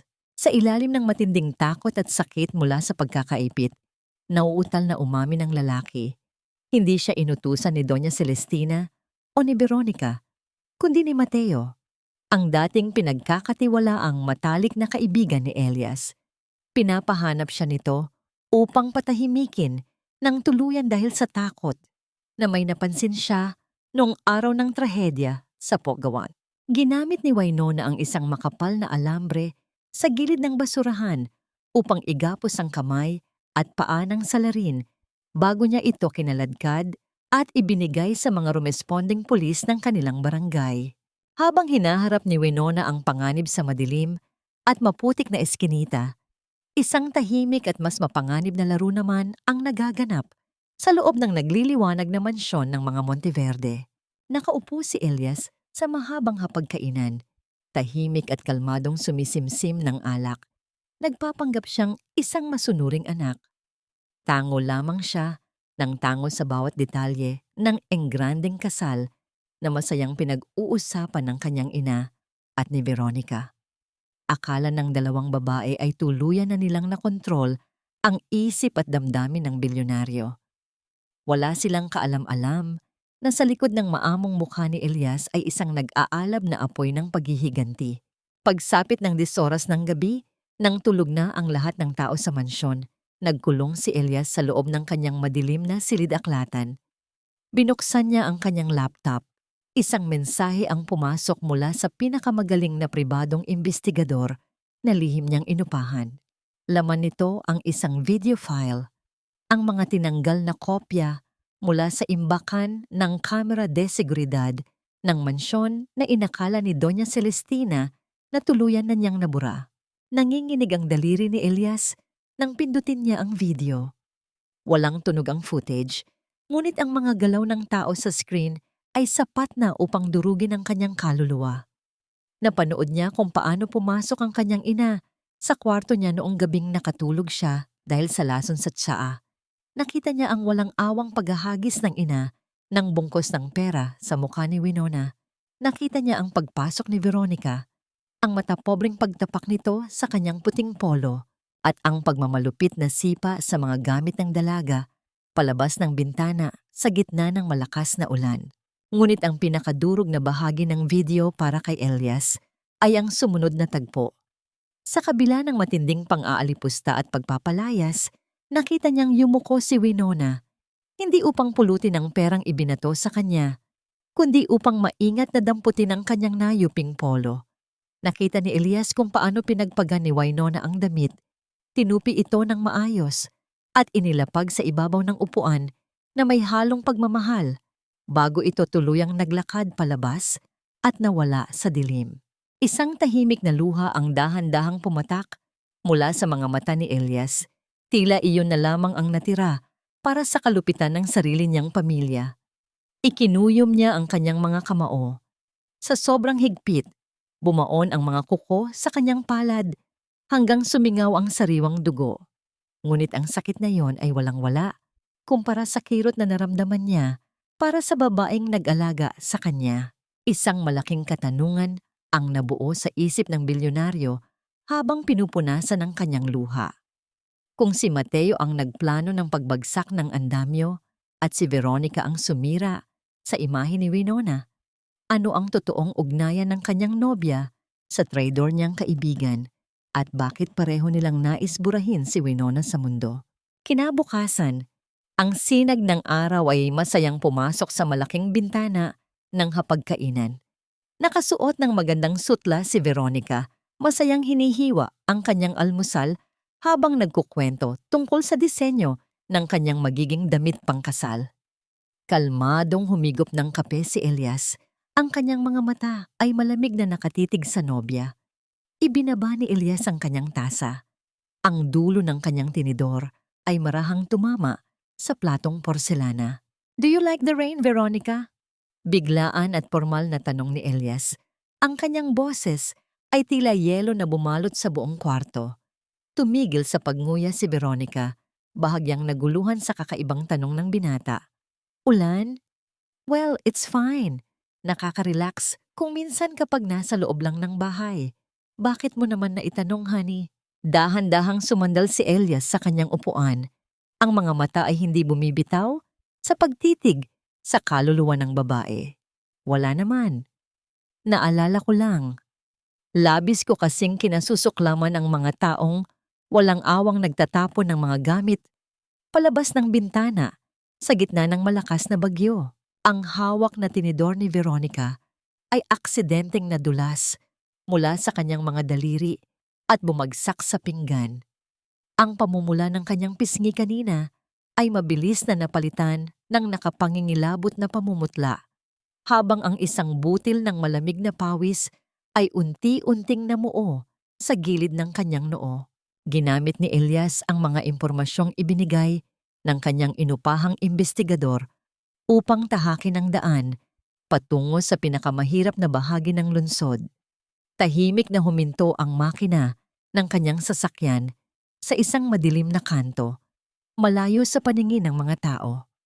Mula sa loob ng kanyang sasakyan, pinagmasdan niya ang babaeng ilang araw na niyang hinahanap. Nakaupo si Winona sa isang lumang bangko na gawa sa pinagtagpi-tagping kahoy na papaligiran ng mga gusgusin at payat na bata mula sa squatting area. May hawak siyang malaking kaldero ng lugaw at buong tiyagang sinusubuan ng mga paslit. Bawat pag-angat niya ng kutsara ay may kasamang malambing na tawa at kwento. Ang nangiti sa kanyang mga labi ay napakaliwanag, isang purong kaligayahan na hindi kailanman nakita ni Elias sa loob ng kanyang malamig at marangyang mansyon. Sa sandaling iyon, mas lalong napatunayan ng bilyonaryo na ang babaeng itinuturing ng kanyang pamilya na halimaw ay may pinakamagandang puso sa buong mundo. Nang makakain at masayang magsitakbuhan ang mga bata palayo, dahan-dahang lumabas si Elias mula sa kanyang sasakyan at inihakbang ang kanyang mga paa papalapit. Naramdaman ni Winona ang isang kakaiba at pamilyar na presensya sa kanyang likuran. Nang lumingon siya, tila tumigil ang pag-ikot ng kanyang mundo. Ang lalaking araw-araw niyang iniiyakan at ipinagdarasal ay nakatayo ngayon sa kanyang harapan, nakatitig sa kanya nang may matinding pangungulila.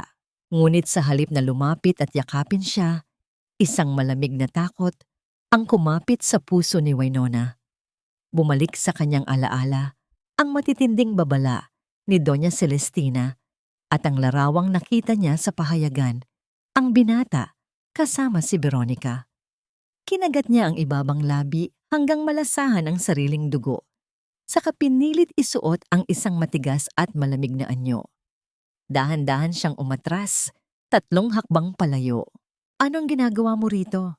Matigas at pilit na pinatabang na tanong ni Winona. Iniiwas ang kanyang paningin. "Umalis ka na. Nakuha ko na ang bayad ko mula sa ina mo.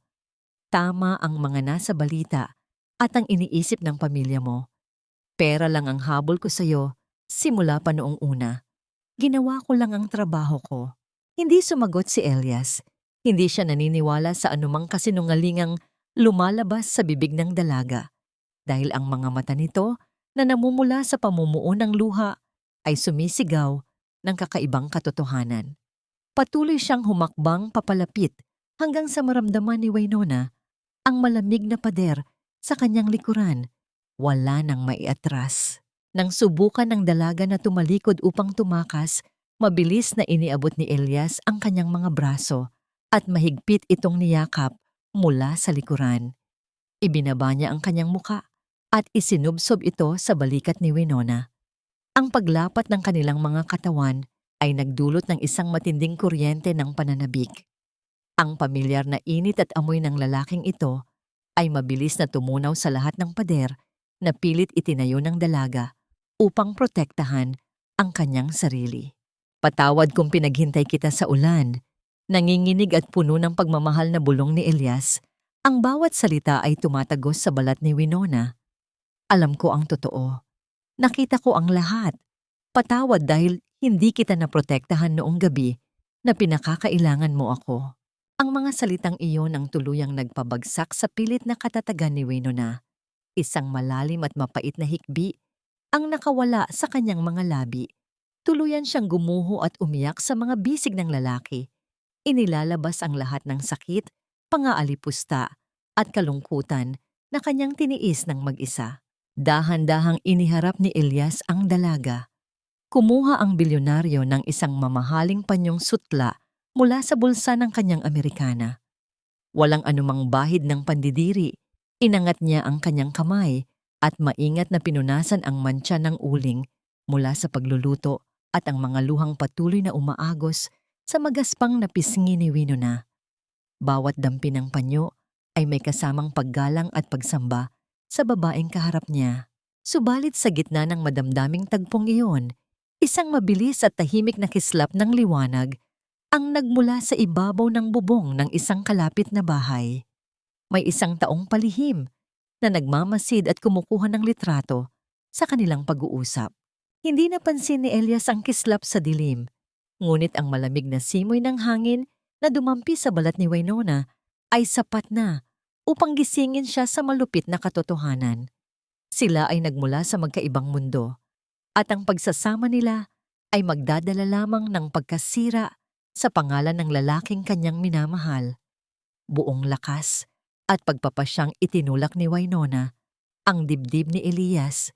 Pinupunit ang init na namagitan sa kanila. Ilang segundo pa lamang ang nakalilipas. Umalis ka na. Umiiyak ngunit pinalna sabi ng dalaga. Tuluyang tinalikuran ng naguguluhang lalaki. Bukas na ang engrandeng kasal mo, Elias. Nababasa ko sa mga dyaryo kung gaano kayo kasaya ng nobya mo. Kaya parang awa mo na. Huwag mo nang sirain ang tahimik kong buhay. Nang makarating sa mga mapanuring kamay ni Doña Celestina ang mga litratong palihim na kinuha sa ilalim ng madilim na kanto ng squatting area, tila isang sumasabog na bulkan ang galit na yumanig sa kanyang buong pagkatao. Nakita niya ang kanyang nag-iisang anak, ang tagapagmana ng imperyo ng mga Monteverde, na nakayakap ng mahigpit sa babaeng itinuturing niyang isang malaking dumi sa kanilang lipunan. Ang kanyang obsesyon sa dangal at pangalan ay umabot sa sukdulan. Hindi niya hahayaang sirain ng isang hamak na obrero ang mga planong matagal na niyang inilatag. Pagsapit ng umaga, yumanig ang tahimik at makipot na kalsada ng komunidad ng mga mahihirap sa pagdating ng mga naglalakihang sasakyang itim.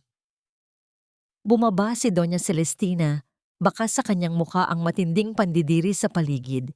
Kasunod ang isang grupo ng mga malalaking tauhan na tila mga armadong aso na naghihintay ng utos. Walang anumang pag-aalinlangang ipinabaklas at sinira ng mga tauhan ang maliit na karatulan ng klase sa pagtatanggol sa sarili na pinaghirapang buuin ni Winona. Ang mga kagamitang gawa sa lumang gulong at kahoy ay pinaghahagis nila hanggang sa mawalan ito ng silbi. Lumabas si Winona mula sa kanyang maliit na tirahan. Ang kanyang mga mata ay nanlalaki sa gulat at galit. Hinarap niya ang matapobreng ginang na ngayon ay nakangisi ng may halong poot. Binalaan na kita, hindi ba? Malamig at nakakalasong wika ni Doña Celestina. Ang boses ay sadyang nilakasan upang marinig ng lahat ng nakikiusyosong kapitbahay. Masyado kang matigas ang ulo. Kung hindi mo lilisanin ang Maynila ngayon din, gagamitin ko ang lahat ng aking impluensya at pera upang ipagiba ang buong squatting na ito. Titiyakin kong mawawalan ng tirahan ang lahat ng mga pulubing nakapaligid sa iyo at sa iyo nila isisisi ang kanilang pagdarahop. Isang mabigat na katahimikan ang bumalot sa paligid. Alam ni Winona na kayang panindigan ng ginang ang mga banta nito. Subalit bago pa man siya makasagot, itinaas ni Doña Celestina ang kanyang kamay. Buong puwersa nitong iniumang ang kanyang palad upang bigyan ng isang nakapapabagsak na sampal ang dalaga. Nais itong ipahiya sa harap ng mga taong tinutulungan nito. Ngunit sa pagkakataong ito, hindi na ang dating Winona ang nakatayo sa kanyang harapan. Bago pa man dumapo ang palad ng ginang sa kanyang pisngi, isang matibay at mabilis na pagpigil ang sumalubong dito. Mahigpit na kinapitan ni Winona ang pulso ni Doña Celestina. Ang kanyang mga mata ay hindi na nagpapakita ng takot o pagyuko, kundi isang nag-aalab na apoy ng katapangan. Maari ninyo akong alipustahin dahil sa aking hitsura at sa aking kahirapan. Matigas, buo at walang pag-aatubiling sagot ni Winona habang dahan-dahang ibinababa ang kamay ng ginang. Ngunit ang tunay na kahihiyan ay ang inang kayang ipagpalit ang kaligayahan ng sariling anak para sa pera at pekeng dangal. Hindi ako aalis at hindi niyo magagalaw ang mga tao rito. Namilog ang mga mata ni Doña Celestina sa gulat. Sa sobrang pagkapahiya sa paglaban ng dalaga, inutusan niya ang kanyang mga tauhan na turuan ito ng leksyon. Pinalibutan ng mga dambuhalang lalaki si Winona upang saktan ito at tuluyang patumbahin. Ngunit bago pa man sila makalapit, isang nakakagulat at nakapangingilabot na puwersa ang namuo mula sa likuran ng dalaga. Ang mga maliliit at payat na babaeng minsan ay naging biktima ng pang-aabuso, ang mga inang nagtatago sa takot na tinuruan ni Winona kung paano maging matapang ay sabay-sabay na humakbang pasulong. Namulot sila ng mga matutulis na bato, mga basag na bote, at makakapal na piraso ng kahoy. Tumayo sila ng dikit-dikit, bumubuo ng isang hindi matitinag na harang upang protektahan ang babaeng nagbigay sa kanila ng boses at kalasag. Ang mga taong palaging inaapi ay handang ibuwis ang kanilang buhay para sa kanilang tagapagtanggol. Habang nangyayari ang matinding tensyon sa squatting area, sa kabilang bahagi naman ng lungsod ay nakatayo si Elias sa harap ng salamin. Inaayos ang kanyang kurbata para sa napipintong pagharap sa media kasama si Veronica. Sa kalagitnaan ng kanyang paghahanda, isang agarang mensahe ang dumating sa kanyang telepono mula sa kanyang investigador. Ang nilalaman nito ay nagpabago sa timpla ng kanyang mukha. Natukoy na nila ang lokasyon ng kanyang ina at kung ano ang kalupitang binabalak nitong gawin laban kay Winona sa mga sandaling iyon. Bumalik ang tagpo sa makipot na eskinita. Akmang susugod na sana ang mga armadong tauhan ni Doña Celestina laban sa hanay ng mga kababaihan, ngunit isang matalim at nakabibinging pagputok ng armas ang pumunit sa hangin. Tila pinahinto ang oras ng lahat ng naroroon. Nagmula ang tunog mula sa bukana ng kalsada. Nang lumingon ang lahat, dahan-dahang nahawi ang mga nagkukumpulang tao. Nakatayo roon si Elias, ang kanyang dibdib ay mabilis na tumataas baba dahil sa paghinga bunsod ng pagmamadali. Ang baril sa kanyang kamay ay nakataas pa rin matapos ang babalang putok sa himpapawid. Ngunit ang mas nakakatakot kaysa sa armas na kanyang hawak ay ang yelo at nag-aapoy na galit na naghahalo sa kanyang mga mata. Isang malupit na sulyap na nakatutok ng direkta sa iisang tao, ang sarili niyang ina. Matikas at mabilis ang mga hakbang ni Elias nang bagtasin niya ang makipot at maputik na daan. Ang kanyang presensya ay tila isang matibay na pader na automatikong nagpahawi sa nagkukumpulang mga tao. Walang anumang pag-aalinlangan siyang huminto sa mismong harapan ni Winona. Idinikit ang kanyang likuran sa dalaga upang magsilbing isang hindi matitinag na kalasaglaban sa sarili niyang ina at sa mga bayarang tauhan nito. Elias, anak, anong ginagawa mo rito? Pilit na pinalambot ni Doña Celestina ang kanyang nanginginig na boses. Isinusuot muli ang maskara ng isang nag-aalalang ina na pilit inililigtas ang kanyang anak. Pinoprotektahan ko lang ang pangalan ng pamilya natin. Nililinis ko lang ang dumi. Ang babaeng manghuhut-hut na yan, ang mismong magnanakaw na tumakas noong gabing nakaratay ka. Isang malamig at mapaklang na ngiti ang sumilay sa mga labi ni Elias. Ang mga matang ipinukol niya sa kanyang ina ay walang bahid ng pagmamahal, kundi isang matinding pagkasuklam. Pinoprotektahan o pinagtatakpan ng sarili mong kasamaan? Umuugong na tugon ni Elias. Ang kanyang boses ay tila yelo na nakakapaso sa balat. Huwag niyo nang paikutin ng kwento. Alam ko na ang lahat. Alam ko ang ipinainom niyong lason sa tiyaa ko para makatulog ako. Nakita ko ang paghagis niyo ng pera sa mukha ng nag-iisang babaeng nag-aruga sa akin noong pinandidirihan ako ng mismong pamilya ko. Nakita ko kung paano niyo siya ipinagtabuyan sa gitna ng bagyo. Napaatras si Doña Celestina. Nanlalaki ang mga mata, hindi makapaniwala na ang lihim na matagal niyang ibinaon ay ngayon ay isinisigaw ng kanyang anak sa harap ng mga taong palagi niyang hinahamak.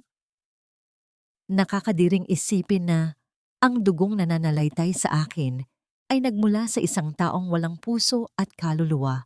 Pagpapatuloy ni Elias, kung ang pagiging Monteverde ay nangangahulugan ng pagiging malupit at mapagmataas, kung gayon, sinusuka ko ang pangalang iyan. Walang kurap na itinaas ni Elias ang kanyang braso. Dahan-dahan niyang kinalag ang strap ng mamahaling gintong relo na namana pa niya sa kanyang lolo, ang pinakasimbolo ng kayamanan at kapangyarihan ng kanilang angkan. Nang makalas ito, walang pakundangang ibinagsak ni Elias ang relo sa mismong paanan ng kanyang ina. Ang mamahaling ginto ay tuluyang lumubog sa maduming putik ng squatting area. Kunin niyo yan. Kunin niyo ang kumpanya, ang mga mansyon, ang lahat ng pera ninyo. Matigas na deklarasyon ni Elias, tinatalikuran ang buong imperyong inaasahan sa kanya. Ipinagpapalit ko ang lahat ng yan para sa kalayaan kong mahalin ang babaeng nagturo sa akin kung paano maging isang totoong tao. Napahawak ng mahigpit si Doña Celestina sa kanyang dibdib, habol ang kanyang paghinga, habang nanlalambot ang kanyang mga tuhod. Ang labis na pagkabigla at pagbagsak ng kanyang mga ambisyon ay nagdulot ng matinding pag-ikot ng kanyang paningin. Agad siyang inalalayan ng kanyang mga tauhan at mabilis na isinakay sa kanilang sasakyan. Umugong ang mga makina palayo, iniiwan ang lugar na may dalang matinding pagkatalo at kahihiyan. Nang mawala sa paningin ang mga sasakyan, bumalot ang isang tahimik at payapang hangin sa paligid. Unti-unting nagsialisan ang mga kapitbahay upang bigyan ng pribadong espasyo ang dalawa. Hinarap ni Elias ang dalagang kanina patahimik na lumuluha sa kanyang likuran. Hindi inalintana ni Elias ang kanyang mamahaling pantalon at kumikinang na sapatos. Doon mismo sa gitna ng basang kalsada, dahan-dahan siyang lumuhod gamit ang isang binti na dumiretso sa maitim na putik. Inabot niya ang dalawang magaspang na kamay ni Winona at mahigpit itong hinawakan. Wala na akong pera ngayon, Winona. Nakangiti, ngunit nanginginig ang boses ni Elias. Ang kanyang mga mata ay nagmamakaawa ng pag-ibig. Isa na lang akong hamak na lalaking walang pamana at walang maipagmamalaki. Wala na akong pambayad para sa mga serbisyo mo, kaya tatanungin kita ngayon, tatanggapin mo pa ba ang isang pulubing tulad ko? Isang malakas na paghikbi ang nakawala kay Winona, kasabay ng isang matamis at purong tawa na nanggaling sa kaibuturan ng kanyang pusong matagal nang inulila ng kaligayahan. Lumuhod din siya sa putikan upang pantayan ng binata. Gamit ang laylayan ng kanyang kupas at murang t-shirt, maingat at malambing niyang pinunasan ng putik na dumikit sa tuhod ng mamahaling pantalon ni Elias. Ang tanga mo, Elias! Umiiyak na bulong ni Winona, habang ang kanyang nanginginig na mga daliri ay dahan-dahang humaplos sa maamong mukha ng lalaking isinuko ang buong mundo para lamang sa kanya. Ang tanga-tanga mo para bitawan ang lahat. Pero mas magiging tanga ako kung papakawalan pa kita. Nagyakap silang dalawa sa gitna ng putikan, hindi inaalintana ang dumi ng paligid. Dahil sa sandaling iyon, natagpuan na nila ang pinakamalinis na pag-ibig. Subalit habang nababalot ng kaligayahan at kapayapaan ang makipot na kalsada ng squatting area, isang maitim na ulap naman ang patuloy na namumuo sa loob ng marangyang mansyon ng mga Monteverde. Sa loob ng kanyang pribadong silid, nakatayo si Veronica sa harap ng isang malaking salamin. Pinagmamasdan ng kanyang sarili. Kausap niya sa kabilang linya si Mateo. Nakarating na sa kanilang kaalaman na kahit itinakwil na ni Elias ang kanyang mana, kailangan pa rin itong dumalo sa malaking piging kinabukasan upang formal na ilipat ang titulo at kapangyarihan sa harap ng media at mga board of directors. Ito rin ang gabi na inaasahan ng publiko na iaanunsyo ang kanilang engrandeng pag-iisang dibdib. Isang nakapangingilabot at mapanirang nangisi ang gumuhit sa mga labi ng dalaga. Umikot siya at kinuha ang isang maliit na itim na USB mula sa kanyang mesa. Let him play the romantic hero all he wants. Malamig at may halongpot na bulong ni Veronica sa telepono. Mahigpit niyang kinuyom ang kanyang kamay na hawak ang USB na naglalaman ng mga peking video at ginawang ebidensya laban kay Winona. Tingnan natin kung hanggang saan ang pagmamahal niya kapag pinanood ng buong Pilipinas kung paano pusasan ang magaling niyang tagapagligtas. Bukas, imbes na maglakad sa altar, titiyakin kong sa loob ng madilim na selda ang bagsak ng dambuhalang halimaw na yon. Ang patibong ay nakalatag na, naghihintay na lamang sa pagdating ng mga biktima. Ang malaking bulwagan ng pinakasikat at pinakamarangyang hotel sa Maynila ay nagliliwanag sa gintong kislap ng mga aranya at mamahaling kagamitan. Naroon ang mga kilalang tao sa lipunan, mga maimpluwensyang mamamahayag, at ang buong lupon ng kumpanya ng mga Monteverde. Nakaupo si Doña Celestina sa unahang hanay, pilit na pinapanatili ang isang matamis at perpektong nangiti sa kanyang labi. Ikinukubli ng kanyang makapal na pampaganda ang matinding kaba at ang nagdurugong ego matapos siyang talikuran ng sariling anak kahapon. Sa gilid ng entablado, nakatayo si Veronica. Suot ang isang engranding bestidang nagkakahalaga ng milyon-milyon, lihim niyang hinihimas ang itim na USB sa loob ng kanyang maliit na pitaka, hinihintay ang perpektong sandali upang isakatuparan ang pagpapabagsak sa kanyang kaaway. Ang mabigat at mataas na pintuan ng bulwagan ay dahan-dahang bumukas, kumukuha sa atensyon ng lahat ng naroroon. Pumasok si Elias. Ang kanyang mukha ay seryoso, ngunit may taglay na kakaibang kapayapaan na kailanman ay hindi pa nakita sa kanya ng publiko. At sa kanyang tabi, nakakawit ang braso sa kanya, ay ang babaeng naging sentro ng lahat ng malisyosong usap-usapan. Hindi nakasuot ng nagkikinangang alahas si Winona at lalong wala siyang makapal na kolorete na magtatago sa kanyang tunay na anyo. Isang simpleng itim na bestida na yari sa sutla ang bumabalot sa kanyang malaking katawan. Ang disenyo nito ay hindi ginawa upang paliitin o itago ang kanyang malalapad na balikat.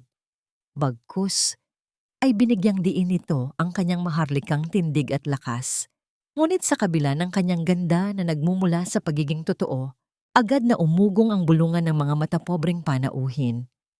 Narinig ni Winona ang matatalim at mapangutyang salita ng mga elitista, mga pamumuna sa kanyang magagaspang na balat, sa kanyang dambuhalang bulto, at sa kawalan niya ng karapatang tumapak sa ganoong karangyaan.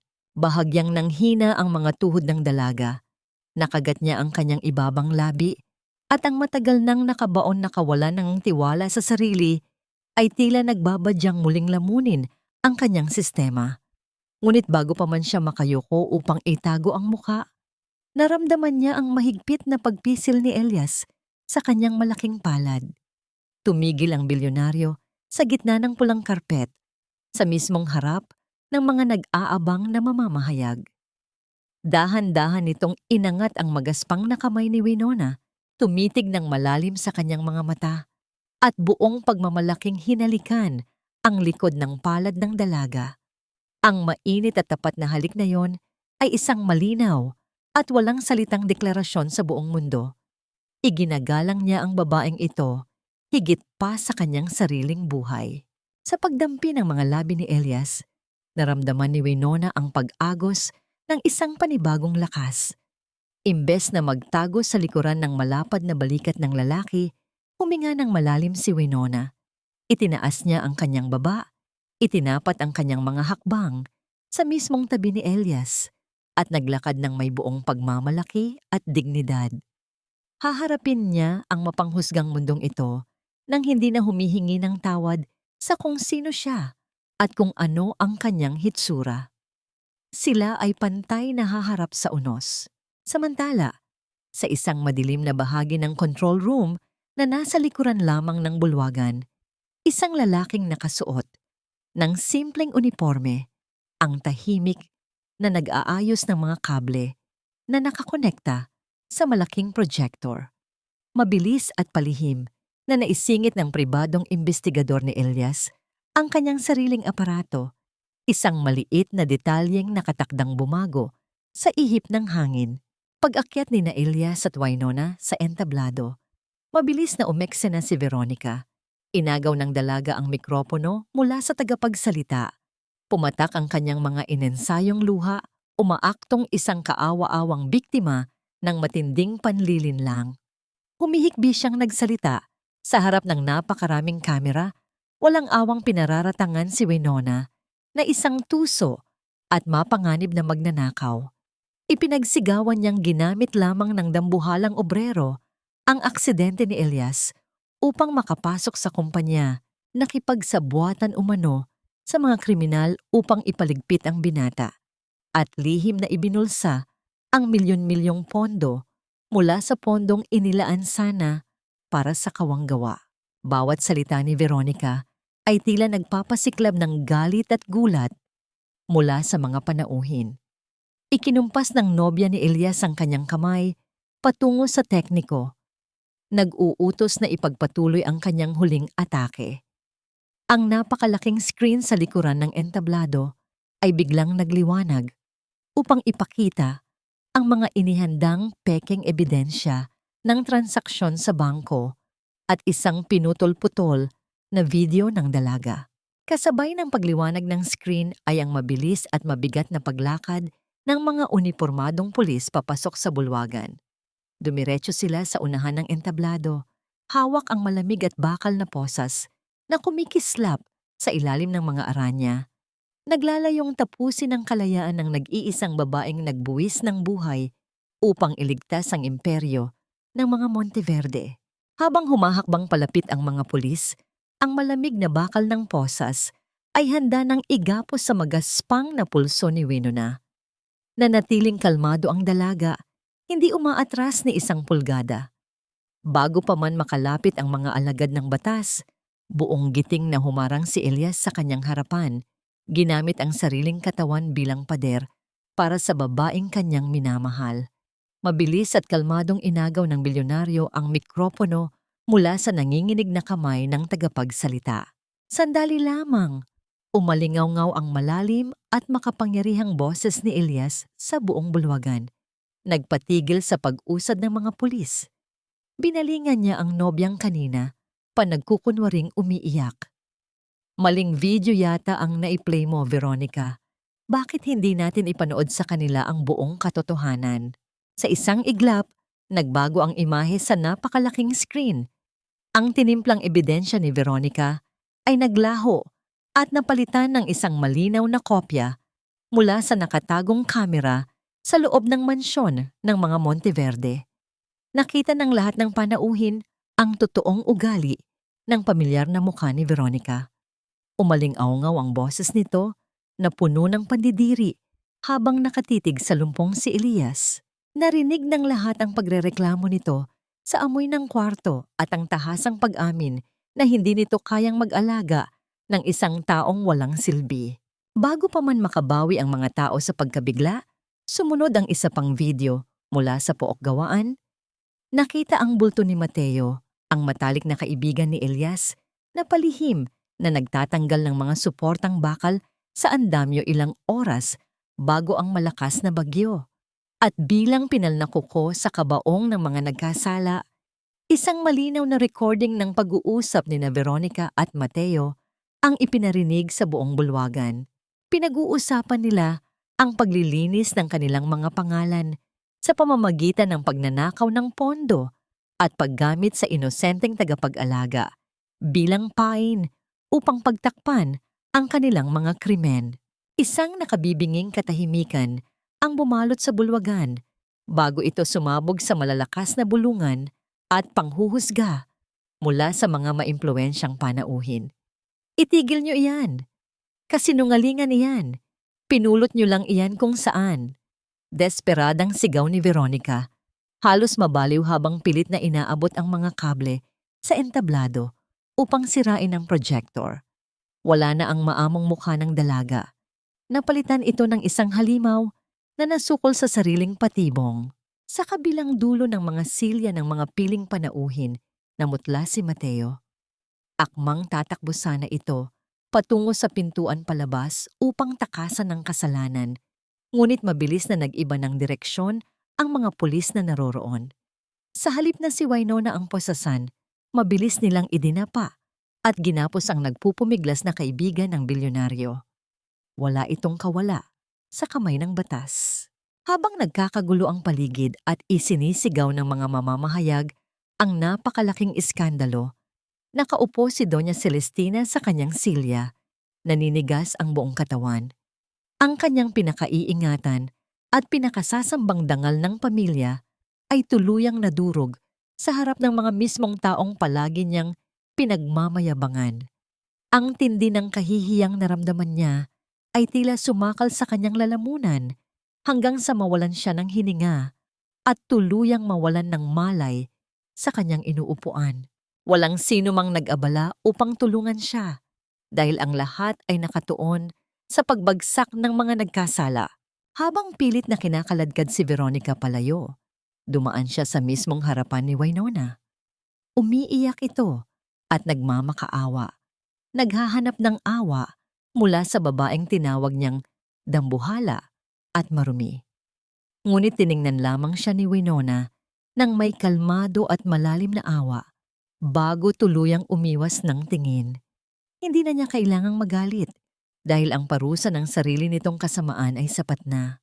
Dahan-dahang itinaas ni Winona ang kanyang kamay upang maingat na ayusin ang nagusot na kwelyo ni Elias, walang pakialam sa gulo sa kanilang paligid. Inalis ni Elias ang kanyang paningin sa mga taong inaresto at itinuon ang buong atensyon sa babaeng nasa kanyang harapan. Sa gitna ng pagkislap ng mga kamera ng media, isinantabi ng bilyonaryo ang lahat ng inaasahan ng lipunan. Hindi siya kumuha ng isang komikinang na singsing na may diamante mula sa kanyang bulsa. Sa halip, maingat niyang inilabas ang isang sirang ipit sa buhok na yari sa murang plastik. Ang mismong bagay na naiwan ni Winona sa ilalim ng kanyang unan noong gabing ipagtabuyan ito ng kanyang pamilya. Dahan-dahan itong isiningit ni Elias sa buhok ng dalaga. Inililipad ang ilang hibla na nakaharang sa maamo nitong mukha. Hindi ko maibabalik ang mga gabing umiyak ka nang dahil sa akin. Malalim at emosyonal na bulong ni Elias, ang kanyang mga mata ay nag-uumapaw sa pag-ibig na walang hinihinging kapalit. Pero ipinapangako ko, simula sa araw na ito, ako na ang magdadala ng lahat ng bigat mo. Winona, papayag ka bang maging asawa ng lalaking ito habang buhay? Napatakip si Winona ng kanyang magaspang na kamay sa kanyang bibig habang walang tigil sa pag-agos ang mga luha ng kaligayahan. Ang mga pader na matagal niyang itinayo upang protektahan ang sarili ay tuluyang gumuho, napalitan ng isang mainit na tahanan. Marahan siyang tumango, isang matamis at purong oo, na pumawi sa lahat ng pait ng nakaraan. Niyakap siya ni Elias ng mahigpit at sa ilalim ng maliwanag na ilaw ng bulwagan, iginawad nito ang isang mapagmahal na halik na nagpatunay na ang tunay na lakas ng isang babae ay hindi nasusukat sa liit ng kanyang baywang, kundi sa laki ng kanyang pusong handang isugal ang lahat. Samantala, sa isang malayong sulok ng squatting area, umaandar ang isang malabo at lumang telebisyon sa loob ng inuupahang bahay ni Tita Flor. Nanlalaki ang kanyang mga mata habang pinapanood ang live na pag-uulat tungkol sa pag-aresto kay Veronica at ang formal na pagpapahayag ng pagmamahal ng bilyonaryo sa sarili niyang pamangkin. Nang makita niya kung paano tinitingala at nirerespeto ng buong bansa ang babaeng tinawag niyang walang silbi at pabigat, bumagsak ang kanyang mga tuhod sa malamig at maruming sahig. Humagulgol ng malakas ang matanda, pilit na sinusubukan na abutin ang screen ng telebisyon. Hindi siya umiiyak dahil sa panghihinayang sa pagmamahal ng kanyang pamangkin, kundi sa katotohanang sarili niyang mga kamay ang nagtaboy sa kaisa-isang taong mag-aahon sana sa kanya sa kumunoy ng kahirapan. Huli na ang lahat para sa pagsisisi. At sa paglipas ng magulong gabi, isang bagong umaga ang naghihintay na sumilay sa buhay na matagal nang inulila ng liwanag.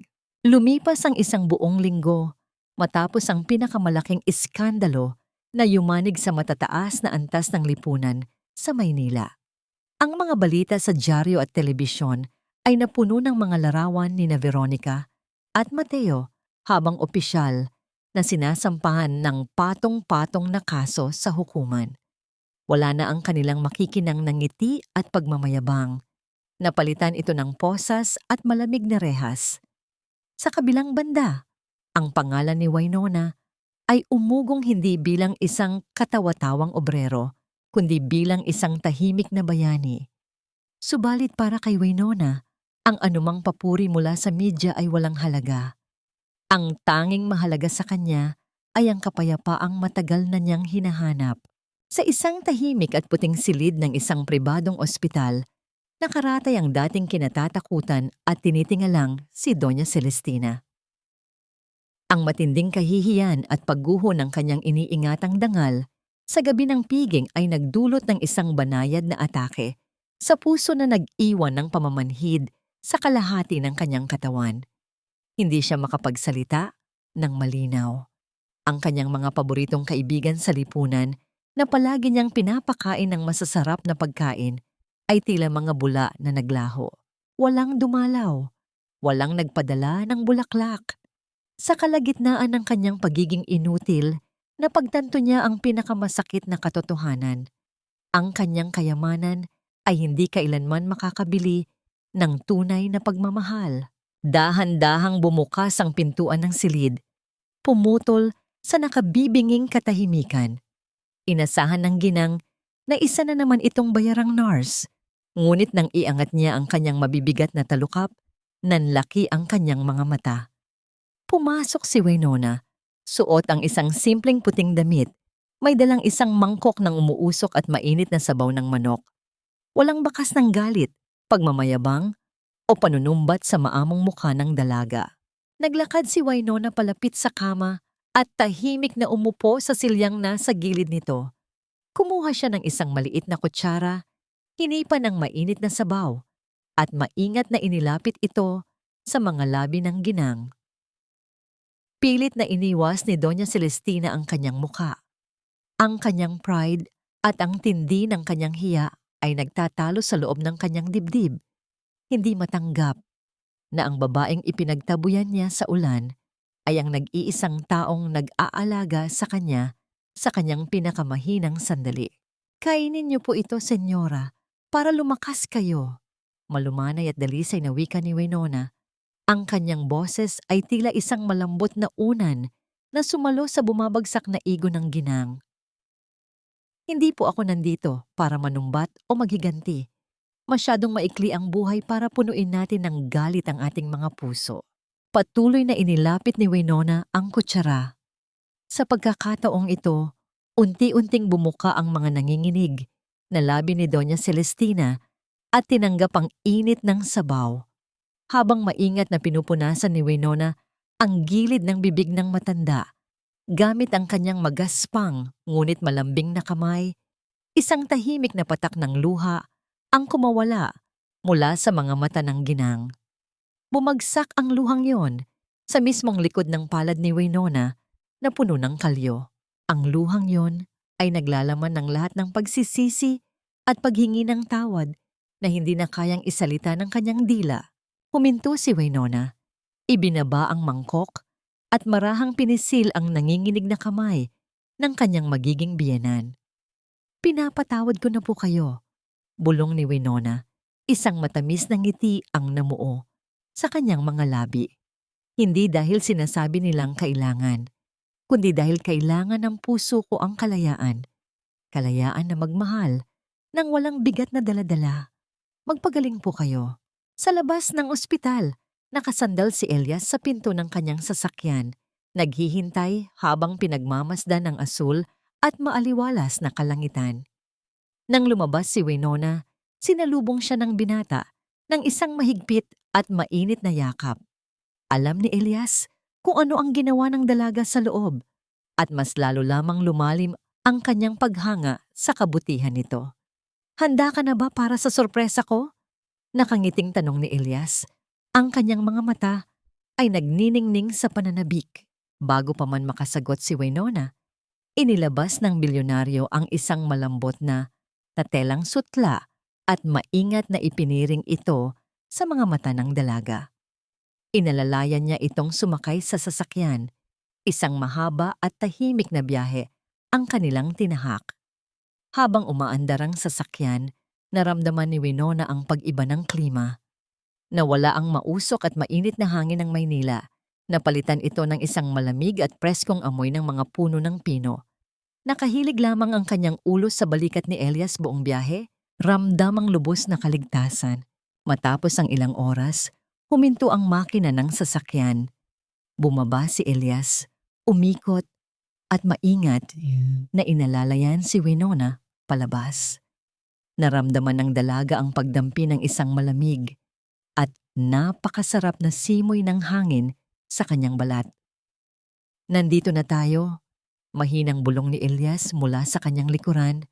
Ang mainit nitong hininga ay dumampi sa kanyang tainga na nagdala ng matinding kilig sa kanyang buong sistema. Dahan-dahang tinanggal ng binata ang piring sa mga mata ni Winona. Nang imulat ng dalaga ang kanyang paningin, napasinghap siya at tuluyang napigilan ang kanyang paghinga. Ang tanawin sa kanyang harapan ay isang panaginip na hindi niya kailanman inakalang magiging totoo. Ang malawak at tahimik na lawa ng Tagaytay ay sumalubong sa paningin ni Winona.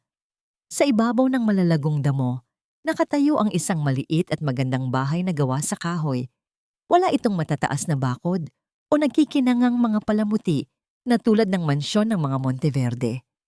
Ang buong paligid ay napapalamutian lamang ng mga simpleng puting bulaklak at pinaiilawan ng maliliit na bumbilya na sumasabay sa mainit na kulay ng papalubog na araw. Ngunit ang mas nagpakabog sa dibdib ng dalaga ay ang mga taong nakatayo sa labas ng bahay, naghihintay sa kanya na may mga luha ng kaligayahan. Wala ang mga mapanghusgang mata ng lipunan. Wala ang mga nagkukunwaring kaibigan sa negosyo. Ang naroroon lamang ay ang mga kababaihang tinuruan niya sa squatting area, mga inang nabigyan ng tapang, at ang iilang tapat na taong nagpakita ng totoong pagmamahal sa kanila. Isang payapa at taimtim na seremonya ng kasal ang naganap. Naglakad si Winona patungo sa altar na gawa sa kahoy. Suot niya ang isang simpleng puting bestida na walang anumang mabibigat na disenyo.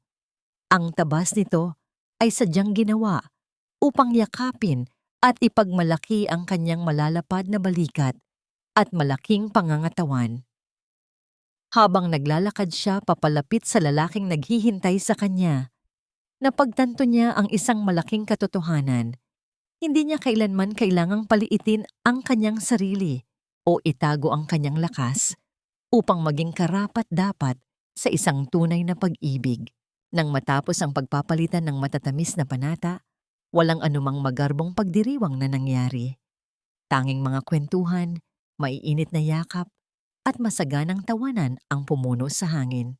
Habang dahan-dahang lumulubog ang araw at nagiging ginintuan ng kalangitan, tumayo si Elias at hinarap ang kanyang asawa sa tapat ng pintuan ng kanilang bagong tahanan. Bago pa man makahakbang si Winona papasok, biglang inangkin ni Elias ang mga braso ng dalaga. Gamit ang lakas na matagal niyang pinaghirapang maibalik, maingat, at buong pagmamalaking binuhat ni Elias ang kanyang asawa. Ang babaeng palaging nagbubuhat sa mabibigat na dalahin ng ibang tao ay ngayon ay buong pusong binubuhat ng lalaking kanyang pinakamamahal. Itinatawid sa mismong hamba ng kanilang pinto patungo sa isang bagong simula.